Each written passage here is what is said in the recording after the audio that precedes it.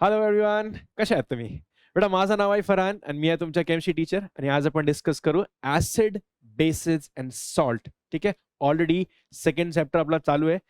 First lecture already completed झालेला है. ठीक है. सेकंड लेक्चर है आज अपना. सेकंड लेक्चर मतलब ये है कि अपना बेसिक पार्ट ऑलरेडी हो चुका है. सेकंड में हम कुछ इंपॉर्टेंट टर्म डिस्कस करने वाले हैं. यथार्थ बैच चल रहा है. This is for 9th, specially for state board के स्टूडेंट्स के लिए. ठीक है. उसमें हम केमिस्ट्री के सेकंड चैप्टर पे पहुंच चुके हैं और सेकंड में भी सेकंड लेक्चर है हमारा. ठीक है. तो इस पार्ट में हम क्या क्या डिस्कस करेंगे बेटा, देख लेते हैं फटाफट से. सबसे पहले समझेंगे classification of acids and bases. तो अगर आपको अभी तक क्लासिफिकेशन से पहले अगर अभी तक एसिड और बेस में कुछ कंफ्यूजन है तो वो भी डिस्कस कर लेंगे, है ना. जल्दी से हम लोग वो भी रिवाइज कर लेंगे कि एसिड्स क्या होते हैं और बेस कैसे होते हैं, कैसे पहचानेंगे हम उनको, है ना. उसके बारे में सारा डिटेलिंग यहाँ पे कर लेंगे. Concentration of acid and base, किस एसिड को हम स्ट्रॉन्ग एसिड कहेंगे, किसको वीक कहेंगे, कौन सा बेस हमारा स्ट्रॉन्ग होगा, कौन सा बेस हमारा वीक होगा, वो सब भी हम यहाँ पर डिस्कस करेंगे. And then pH of solution का मतलब ये है कि पीएच ऑफ सोल्यूशन का मतलब ये है कि अगर हम किसी चीज का पीएच अगर जान ले तो उससे आपको किसी चीज के बारे में वो एसिडिक है या बेसिक है, एसिडिक या बेसिक के बारे में इंफॉर्मेशन मिल जाती है. एग्जाम्पल के लिए अगर मैं आपको बताऊं कि आपको किसी चीज का पीएच पता है, फॉर एग्जाम्पल इट इज 1, तो समझ में आ जाएगा कि वो क्या है, एक एसिडिक चीज है. अब इन बातों को कैसे आइडेंटिफाई करेंगे ये हम डिस्कस करने वाले हैं. ठीक है. तो टेंशन की कोई बात नहीं है. पूरा डिटेल अगर आपने अभी तक एसिड बेस को हाथ भी नहीं लगाया है तो अभी आपका ये क्लैरिटी आ जाएगी यहाँ पे. चलो तो शुरुआत करते हैं शुरुआत से. और पहला हमारा टॉपिक है classification of acids and bases. इसमें पहला पार्ट लिखा हुआ strong and weak acid. But अभी हम वहां पे नहीं जाएंगे, हम थोड़ा पीछे आते हैं. मुझे एक बात बताओ, अगर मैं आपसे कहूं कि किसी भी कंपाउंड को देखकर आपको यह बताना है कि वो एसिड है या बेस है, तो आप बता सकते हो? बता सकते हो किसी भी कंपाउंड को? क्योंकि कंपाउंड को हमने 3 कैटेगरी में बांटा है ना, याद होगा आपको. नहीं याद होगा तो मैं लिख देता हूं यहाँ पे. हमने क्या किया बेटा, कंपाउंड को ही 3 कैटेगरी में बांट दिया है, कंपाउंड्स को. अब कंपाउंड की 3 कैटेगरी कौन से हो गए? अगेन अब आपको समझ में आ गया होगा कि हम उनमें एसिड, बेस और सॉल्ट, इस तरह का एक क्लासिफिकेशन हमने किया है कंपाउंड्स में. बट मुझे ये बताना है कि सर कंपाउंड को देख के मैं एसिड कौन सा है, बेस कौन सा है या फिर सॉल्ट कौन सा है, ये कैसे पता लगा सकता हूं? तो अगर मुझे ये पता नहीं लगाया जा रहा है तो इसको कैसे पता लगाए? पहली बात तो ये है क्योंकि समझना बहुत जरूरी है ना, कि देख के तो समझ में नहीं आएगा. तो देख के समझ में क्यों नहीं आएगा? क्योंकि जो आपको एसिड दिख रहा है हो सकता है वो बेस हो, जो आपको बेस दिख रहा है हो सकता है वो एसिड हो. तो देख के समझ में नहीं आएगा. तो क्या हम टेस्ट कर सकते हैं? हाँ, टेस्ट तो कर सकते हैं. बट टेस्ट सबको टेस्ट नहीं कर सकते. जो वीक वाले हैं उनको टेस्ट किया जा सकता है. जो स्ट्रांग होते हैं कई बार आपका स्किन बर्न कर सकते हैं वो तो टेस्ट ना ही करे तो बेटर है ना. तो अगर मुझे सबको देख के पता नहीं लगाया जा सकता, सब कुछ को टेस्ट किया जा सकता है, कुछ को ही टेस्ट किया जा सकता है, सबको टेस्ट भी किया नहीं जा सकता. लेकिन अगर उन कुछ को टेस्ट किया जा सकता है तो उनका टेस्ट होता कैसा है? तो एसिड का टेस्ट होता है सॉर, यानी खट्टा, अम्बट. और बेस का टेस्ट होता है बिटर. ठीक है. अब तुम बोलोगे सर जब सबका बता दिया तो सॉल्ट का भी बता ही दो. तो सॉल्ट का कोई फिक्स टेस्ट नहीं होता एक्चुअली, है ना.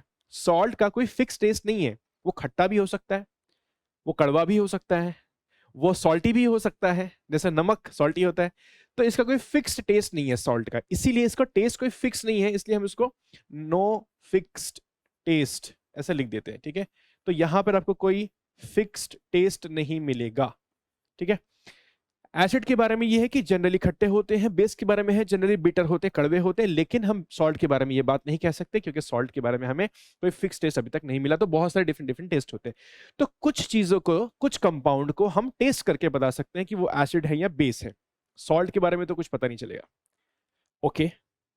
तो फिर पता कैसे चलेगा कि एसिड क्या है और बेस क्या है? देखो यहां पर एक छोटी सी बात मैं आपको बताता हूं. जैसे मेरे पास एक एसिड है, ठीक है, कोई भी, या एसिड छोड़ो, कोई कंपाउंड है. जब आप पहचानोगे तभी तो आपको पता चलेगा वो एसिड है. तो एसिड से पहले हम उसको कंपाउंड मान लेते हैं. एग्जाम्पल के लिए मेरे पास है HCl. अब हम ये जानते तो हैं कि ये HCl क्या है, हाइड्रोक्लोरिक एसिड. इसका नाम क्या होता है? Hydrochloric acid. ठीक है. ये है हमारा हाइड्रोक्लोरिक एसिड. अब बच्चों ये जो हाइड्रोक्लोरिक एसिड है ये एक स्ट्रॉन्ग एसिड है. उसके बारे में बाद में बात करेंगे कि स्ट्रॉन्ग और वीक कैसे पहचानेंगे. लेकिन ये एक एसिड है. ये पता कैसे चलेगा कि सर ये एसिड है? तो देखो इसको समझने का तरीका क्या है. जब भी कभी पानी के अंदर, ठीक है, क्या बोला मैंने, पानी के अंदर हम HCl को ऐड कर दे, पानी के अंदर HCl को ऐड करेंगे, यानी हमें एसिड के अंदर पानी नहीं डालना होता है, पानी के अंदर एसिड डालना होता है। तो पानी में मैंने एसिड डाला, अब जैसे पानी में मैंने एसिड डाला तो क्या होगा, ये जो H है ना, ये H प्लस आयन रिलीज कर देगा। मतलब क्या होगा, HCl डाला, HCl, मान लो ये H है, ये Cl है, HCl डाला, इसके बीच में से पानी चला जाएगा, तो H अलग Cl अलग, दोनों अलग अलग हुए, तो ये H प्लस आयन बन जाएगा, Cl माइनस आयन बन जाएगा। आयन क्या होता है, चार्ज पार्टिकल, तो वो प्लस माइनस क्या है, उसके ऊपर चार्ज है, तो एक के ऊपर प्लस चार्ज आ गया, एक के ऊपर माइनस चार्ज आ गया, ठीक है। तो H प्लस आयन जहां पर आपको दिख रहा है वो क्या होता है, वो एसिड होता है, समझ में। जहां पर भी H प्लस आयन मिल जाएगा ना, वो क्या हो जाएगा, एसिड हो जाएगा। तो यहां पर आप देखो, यहां पर HCl H प्लस बना लेगा और Cl क्या बना लेगा, Cl माइनस वाला एक चार्ज पार्टिकल बना लेगा, ठीक है। तो H प्लस और Cl माइनस जहां पर आपको ऐसा दिख जाए, बेसिकली जहां हमारा फोकस किस पे रहेगा, हमारा फोकस रहेगा इस पार्ट पर, H प्लस पर। तो जहां कहीं पर भी आपको H प्लस आयन बनते हुए दिखेंगे या आयोनाइजेशन होता हुआ दिखेगा, तो आप समझ सकते हैं कि ये क्या है, ये एसिड है, ठीक है। एसिड को पहचानने का सिंपल सा तरीका है। दूसरा, बेस को कैसे पहचानेंगे, तो बेस को पहचानने का तरीका, अगेन बेस को देख के पहचान सकते हैं, नहीं, टेस्ट कर सकते हैं, नहीं, सारे बेस को टेस्ट नहीं कर सकते ना। तो बेस में क्या होगा, मान लीजिए एक बेस का नाम लिखता हूं मैं यहां पर, ठीक है, अभी मुझे नहीं पता कि ये बेस है या नहीं है, लेकिन होता क्या है, जब मैं इसको पानी में डालता हूं तो ये OH नेगेटिव या OH माइनस चार्ज वाला नेगेटिव चार्ज इसके ऊपर आ जाता है। ये जो OH वाला पार्ट देख रहे हैं ना, अगर आपको ध्यान से देखोगे तो इसमें दो पार्ट है, पहला पार्ट तो ये Na वाला है और दूसरा पार्ट OH वाला है। तो Na तो हो जाएगा प्लस यहाँ पर, ठीक है, Na क्या मेटल है, आपको पता है मेटल हमेशा पॉजिटिवली चार्ज होते हैं, और OH जो है वो नेगेटिवली चार्ज पार्टिकल यहाँ पर बन जाएगा बेटा। तो जब हम पानी में किसी भी कंपाउंड को डालते हैं और वहां पे OH नेगेटिव आपको दिख जाएगा, तो समझ लीजिए कि वो एक बेस है। अब ये तो इसको बोलते हैं हाइड्रो ऑक्साइड, क्या बोलेंगे इसको, हाइड्रो ऑक्साइड, ये है हाइड्रो ऑक्साइड, ठीक है। तो क्या सिर्फ हाइड्रो ऑक्साइड वाले बेस होते हैं, नहीं, ऑक्साइड वाले भी बेस आपको मिल जाएंगे, ठीक है। तो अब आपको समझ में आ गया होगा, जैसे वहां पर हाइड्रोजन था, हाइड्रोजन प्लस आयन, हाइड्रोजन के प्लस आयन अगर आप वहां पे देखोगे तो वो आपको बताते थे कि वो कोई चीज एसिड है या नहीं है। यहां पर ये OH जिसको बोलते हैं हाइड्रो ऑक्साइड, या फिर O, क्या बोला मैंने, या फिर O, जैसे कि मान लीजिए एक एग्जांपल ले लेते हैं हम लोग, कैल्शियम ऑक्साइड। अब कैल्शियम ऑक्साइड में से क्या हो गया, O, तो ये O नेगेटिव बना, अब ये इसको बोलते हैं ऑक्साइड। अगर ये भी आपको कहीं दिख रहा है तो आप समझ लीजिए कि वो क्या है, वो है बेस। तो आप समझ जाइए, इसको सिंप्लीफाई कर दूं मैं, तो जहां पर कहीं पर भी आपको हाइड्रो ऑक्साइड या ऑक्साइड नेगेटिव चार्ज में मिले, ठीक है, नेगेटिव चार्ज पार्टिकल बने, ऐसे लिख देते, नेगेटिव चार्ज पार्टिकल्स, ठीक है। तो हाइड्रो ऑक्साइड या ऑक्साइड का नेगेटिव चार्ज पार्टिकल्स आपको मिलेगा, समझ लेना वो बेस है। तो ये है तरीका पहचानने का, ठीक है, क्लियर है अभी। तो एसिड को कैसे पहचानेंगे, बेस को कैसे पहचानेंगे, पहले तो ये क्लैरिटी आ गई, ठीक है। आओ अब थोड़ा सा पीछे चलते हैं इस स्लाइड में। यहाँ पे आपने पहचान तो लिया, सॉल्ट के बारे में मैं आपको ऑलरेडी बताया कि सॉल्ट के बारे में हम इसके आगे वाले लेक्चर्स में बात करेंगे, अभी हम एसिड और बेस पे फोकस ज्यादा कर रहे हैं। अब हम classification of acid and base करें, उसमें हम स्ट्रॉन्ग कौन सा है और वीक कौन सा है इसके बारे में हम बात करेंगे, ठीक है, स्ट्रॉन्ग और वीक के कौन से हैं। तो अभी एसिड कौन सा है और बेस कौन सा, ये पहचाना, अब पहचानेंगे कि स्ट्रॉन्ग एसिड कौन सा होगा और वीक एसिड कौन सा होगा। तो देखो, स्ट्रॉन्ग एसिड, इसको कैसे पहचानेंगे,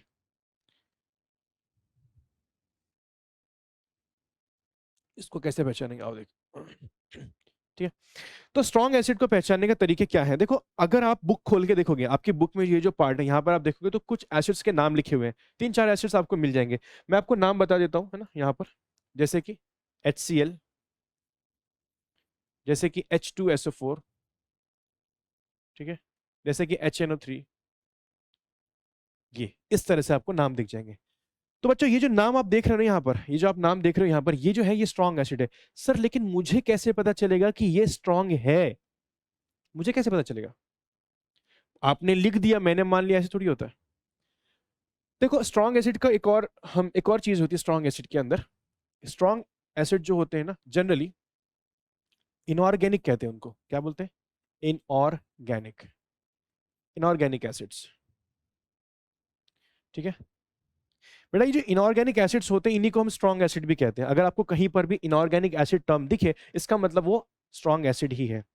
अब इनऑर्गेनिक एसिड्स कौन से होते हैं? ये जनरली हमें मिनरल्स से मिलते हैं। कहां से मिलते हैं? मिनरल्स से। ठीक है, तो ये हो गया एच। अब ठीक है सर, ये बात भी समझ आ गई, लेकिन पहचानेंगे कैसे? फिर से वही बात है ना। ठीक है, स्ट्रॉन्ग को इनऑर्गेनिक कहते हैं, समझ में आ गया। इनऑर्गेनिक मिनरल से मिलते हैं, वो भी समझ में आ गया, लेकिन इसको कैसे पहचानेंगे कि ये स्ट्रॉन्ग है या वीक है? तो देखो, मैंने आपको एक चीज बताई थी कि किसी भी अगर आप किसी भी एसिड को स्ट्रॉन्ग या वीक में आपको पहचानना है तो कुछ लोग क्या कहेंगे, जो कॉन्सेंट्रेटेड है वो स्ट्रॉन्ग है, जो डाइल्यूटेड है वो वीक है। ऐसा होता है ना, बहुत लोग ऐसा बोलते हैं। क्या बोलते हैं? जो कॉन्सेंट्रेटेड है, एक टर्म अगर आपको कहीं पे दिखा, कॉन्सेंट्रेटेड, कॉन्सेंट्रेटेड एंड डाइल्यूटेड। ठीक है, तो बच्चों ये जो दो टर्म आपको दिखते हैं, डाइल्यूटेड या कॉन्सेंट्रेटेड, तो इसके अकॉर्डिंग हम क्या कहते हैं? हम कहते हैं जो कॉन्सेंट्रेटेड होगा वो स्ट्रांग होगा और जो डाइल्यूटेड होगा वो क्या होगा? वीक होगा। तो क्या ऐसा सही है? क्या ये बिल्कुल सही बात है? नहीं। क्यों सही बात नहीं है? मैं आपको बताता हूं। देखो, मेरे पास HCl है, ठीक है, ये HCl है, और मेरे पास एक और एसिड है जो है CH3COOH। समझो जरा इसको ध्यान से। ये जो एसिड है ये हमारा कौन सा है? स्ट्रॉन्ग एसिड है। ठीक है, इसको हम इनऑर्गेनिक एसिड बोलते हैं। क्या बोलते हैं? इनऑर्गेनिक। मैं यहाँ पे लिख देता हूं, इनऑर्गेनिक। ठीक है, और ये जो एसिड है हमारा ये ऑर्गेनिक है। ठीक है, ऑर्गेनिक एसिड है। अब इनऑर्गेनिक एसिड और ऑर्गेनिक एसिड में डिफरेंस क्या है? इनऑर्गेनिक एसिड कैसे होते हैं? स्ट्रांग होते हैं। तो ऑर्गेनिक कैसे होंगे? वीक होंगे अगेन। ठीक है, तो वीक होंगे अगर ये बच्चा, तो मुझे बताओ। अब मैं आपके लिए एक छोटा सा ट्विस्ट इसमें डाल रहा हूं और मुझे बताओ जरा आपको समझ में बात आई कि नहीं है। यहां पर मैं डाइल्यूटेड, ध्यान से देखो, डाइल्यूटेड HCl ले लिया मैंने यहां पे, और यहां पर मैंने लिया है कॉन्सेंट्रेटेड। क्या लिया मैंने? Concentrated CH3COOH। कौन सा स्ट्रांग होगा, कौन सा वीक होगा? बताओ, कमेंट करके बताओ। अभी कमेंट कर लो, बताओ। HCl यहां पर है, ये स्ट्रांग है, लेकिन ये डाइल्यूटेड फॉर्म में है। ठीक है, डाइल्यूटेड फॉर्म में है, ये कॉन्सेंट्रेटेड है। तो अगर मैं आपकी मानूं, है ना, क्या आप बोल रहे हैं कि कॉन्सेंट्रेटेड सर कैसा होता है? स्ट्रांग होता है। डाइल्यूटेड कैसा होता है? वीक होता है। इस केस में स्ट्रांग कौन सा होगा? क्या ये इसको मैं स्ट्रांग कह सकता हूं? नहीं, ये बिल्कुल भी स्ट्रांग नहीं है। ये स्ट्रांग नहीं है, ये है हमारा वीक। अब तुम सोचोगे कि ये कॉन्सेंट्रेटेड है तो ये वीक क्यों है, और ये डाइल्यूटेड है फिर भी ये कैसा हो जाएगा? ये डाइल्यूटेड है लेकिन ये कैसा है? ये स्ट्रांग हो जाएगा। तो इसका मतलब ये है कि सर कॉन्सेंट्रेटेड और डाइल्यूटेड से बात समझ में नहीं आएगी कि कौन सा स्ट्रांग है कौन सा वीक है। ये तो बात होगी ना, यही मतलब होना इसका कि कॉन्सेंट्रेटेड और वीक, इससे हमें क्लैरिफिकेशन पूरी पूरी तरीके से नहीं मिलने वाला। मतलब अगर कहीं पर डाइल्यूटेड लिखा है, मैं उसको आंख बंद करके ऐसा बोलूं, सर ये तो डाइल्यूटेड है मतलब ये कैसा होगा? ये तो वीक ही होगा। सर ये कॉन्सेंट्रेटेड है मतलब ये कैसा होगा? ये तो स्ट्रांग होगा। ऐसा मैं आंख बंद करके नहीं कहना चाहिए मुझे। क्यों नहीं कहना चाहिए? बिकॉज ये किसी और चीज पर डिपेंड करता है। स्ट्रेंथ ऑफ एसिड सिर्फ डाइल्यूटेड और कॉन्सेंट्रेटेड टर्म पे डिपेंड नहीं करता है। ठीक है, 9th स्टैंडर्ड में आप हो, बहुत एडवांस चीजें आपके पास आ रही हैं, समझते चलो, बहुत फायदा होगा आपको 10th में भी 11th में भी। ठीक है, आपका सिलेबस से थोड़ा सा ऊपर जा रहा है। ठीक है, लेवल NCERT से भी थोड़ा सा ऊपर जा रहा है, समझो। तो ध्यान से देखो, यहां पर हम जो बात कर रहे थे इसकी, तो अब समझ में ये नहीं आ रहा है कि सर डाइल्यूटेड अगर कॉन्सेंट्रेटेड से अगर हम ये समझ नहीं सकते कि स्ट्रांग कौन सा है और वीक कौन सा है, तो कैसे समझेंगे? तो इसको समझना होता है आयन से, H+ आयन से। मैंने आपसे क्या कहा? जो H+ आयन रिलीज करता है ना, जब हम पानी के अंदर एसिड डालते हैं तो H+ आयन रिलीज होते हैं। तो जो ज्यादा आयन रिलीज करेगा वो ज्यादा स्ट्रांग, जो कम आयन रिलीज करेगा वो कम स्ट्रांग। क्या बोला मैंने? जो ज्यादा आयंस रिलीज करेगा वो ज्यादा स्ट्रांग, जो कम आयन रिलीज करेगा वो कम स्ट्रांग। ठीक है, इसका एक प्रॉपर फॉर्मूला है, मैं आपको फॉर्मूला भी बता दूंगा, लेकिन पहले समझो आप इस बात को। ठीक है, समझना इंपॉर्टेंट है। तो मैं आपसे ये कह रहा हूं सर मेरे पास HCl है, ठीक है, HCl है, तो HCl क्या करता है? कंप्लीट आयोनाइज हो जा रहा है। क्या बोला मैंने? HCl कंप्लीट आयोनाइज हो जाता है। अगर ये कंप्लीट आयोनाइज हो जाता है तो 100%, मतलब अगर मैंने पानी के अंदर ये पार्ट डाला, ठीक है, तो इमेजिन करो ये एक ग्लास है या जार है, जो भी कहना है, इसके अंदर मैंने क्या था? पानी था, ये पानी। ठीक है, ये ऐसा पानी है। ठीक है। और इसके अंदर हमने क्या डाला, HCl, तो पहले से क्या था, H2O प्लस क्या डाला मैंने, HCl। तो बेटा होगा क्या यहाँ पर, ये जो HCl का H है ना, H प्लस, ये अलग हो जाएगा और Cl माइनस अलग हो जाएगा, और ये H2O जो है ना, H2O, ये H2O क्या करेगा, इसके साथ जुड़ जाएगा, ठीक है। तो ये क्या बन जाएगा, H3O प्लस, क्या बनेगा, H3O प्लस, तो क्या बनेगा, H3O प्लस। इसको बोलते हैं हाइड्रोनियम आयन, क्या बोलेंगे इसको, हाइड्रोनियम, हाइड्रोनियम, ठीक है।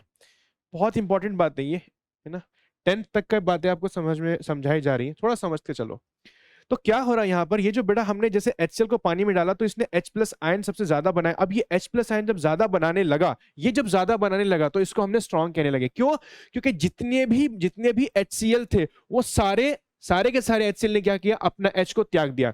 सारे के सारे HCl, इसके अंदर जितना भी HCl था ना, वो सारे के सारे HCl ने क्या किया, सब टूट गए और सब H plus H plus H plus H plus सब ने H प्लस आयन बना डाले। समझ में आई बात, सारे के सारे HCl ने H प्लस बना डाले, मतलब वो H प्लस और Cl माइनस, H प्लस और Cl माइनस ऐसे बनाते बनाते बनाते अलग हो गए। अब जब वो अलग हो गए तो सारे के सारे जब H प्लस बन गए, मतलब बहुत सारे आयन बने होंगे। तो जब बहुत सारे आयन्स बने, इसका मतलब क्या हुआ, वो स्ट्रॉन्ग एसिड है। क्यों, क्योंकि वहां पर H प्लस आयन ज्यादा रिलीज हुए, H प्लस आयन ज्यादा बने। तो जहां पे H प्लस आयन ज्यादा बनेगा ज्यादा स्ट्रॉन्ग, जहां पे H प्लस कम बनेगा वो कम स्ट्रॉन्ग, या तो उसको वीक कह लो, बात तो एक ही, ठीक है। तो ये एग्जाम्पल किसका हुआ, ये एग्जाम्पल हुआ हमारा स्ट्रॉन्ग एसिड का। कैसे पहचानेंगे स्ट्रॉन्ग एसिड, डाइल्यूटेड से नहीं, कॉन्सेंट्रेटेड से नहीं, हमें देखना होता है H प्लस आयन रिलीज ज्यादा कौन कर रहा है, उससे हमें पता लगेगा, ठीक है। लेकिन लेकिन लेकिन अगर मेरे पास HCl है दोनों जगह पे, यहां पर भी HCl है और यहां पर भी HCl है, अब मैं आपसे कहूं यहां पर डाइल्यूटेड है और यहां पर कॉन्सेंट्रेटेड है, ये कॉन्सेंट्रेटेड है। अब मुझे बताओ कौन सा स्ट्रॉन्ग है कौन सा वीक है, अब बताओ कौन सा स्ट्रॉन्ग है कौन सा वीक है।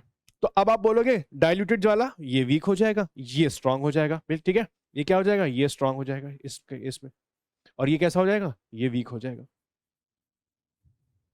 बात समझ में आ गई। अगर दोनों सेम एसिड है ना, तो उसमें अगर डाइल्यूटेड और कॉन्सेंट्रेटेड आपको पहचानना है तो आप बड़े आराम से पहचान सकते हैं कि वहां पे डाइल्यूटेड क्या हो जाएगा, वीक हो जाएगा, और कॉन्सेंट्रेटेड क्या हो जाएगा, स्ट्रॉन्ग हो जाएगा।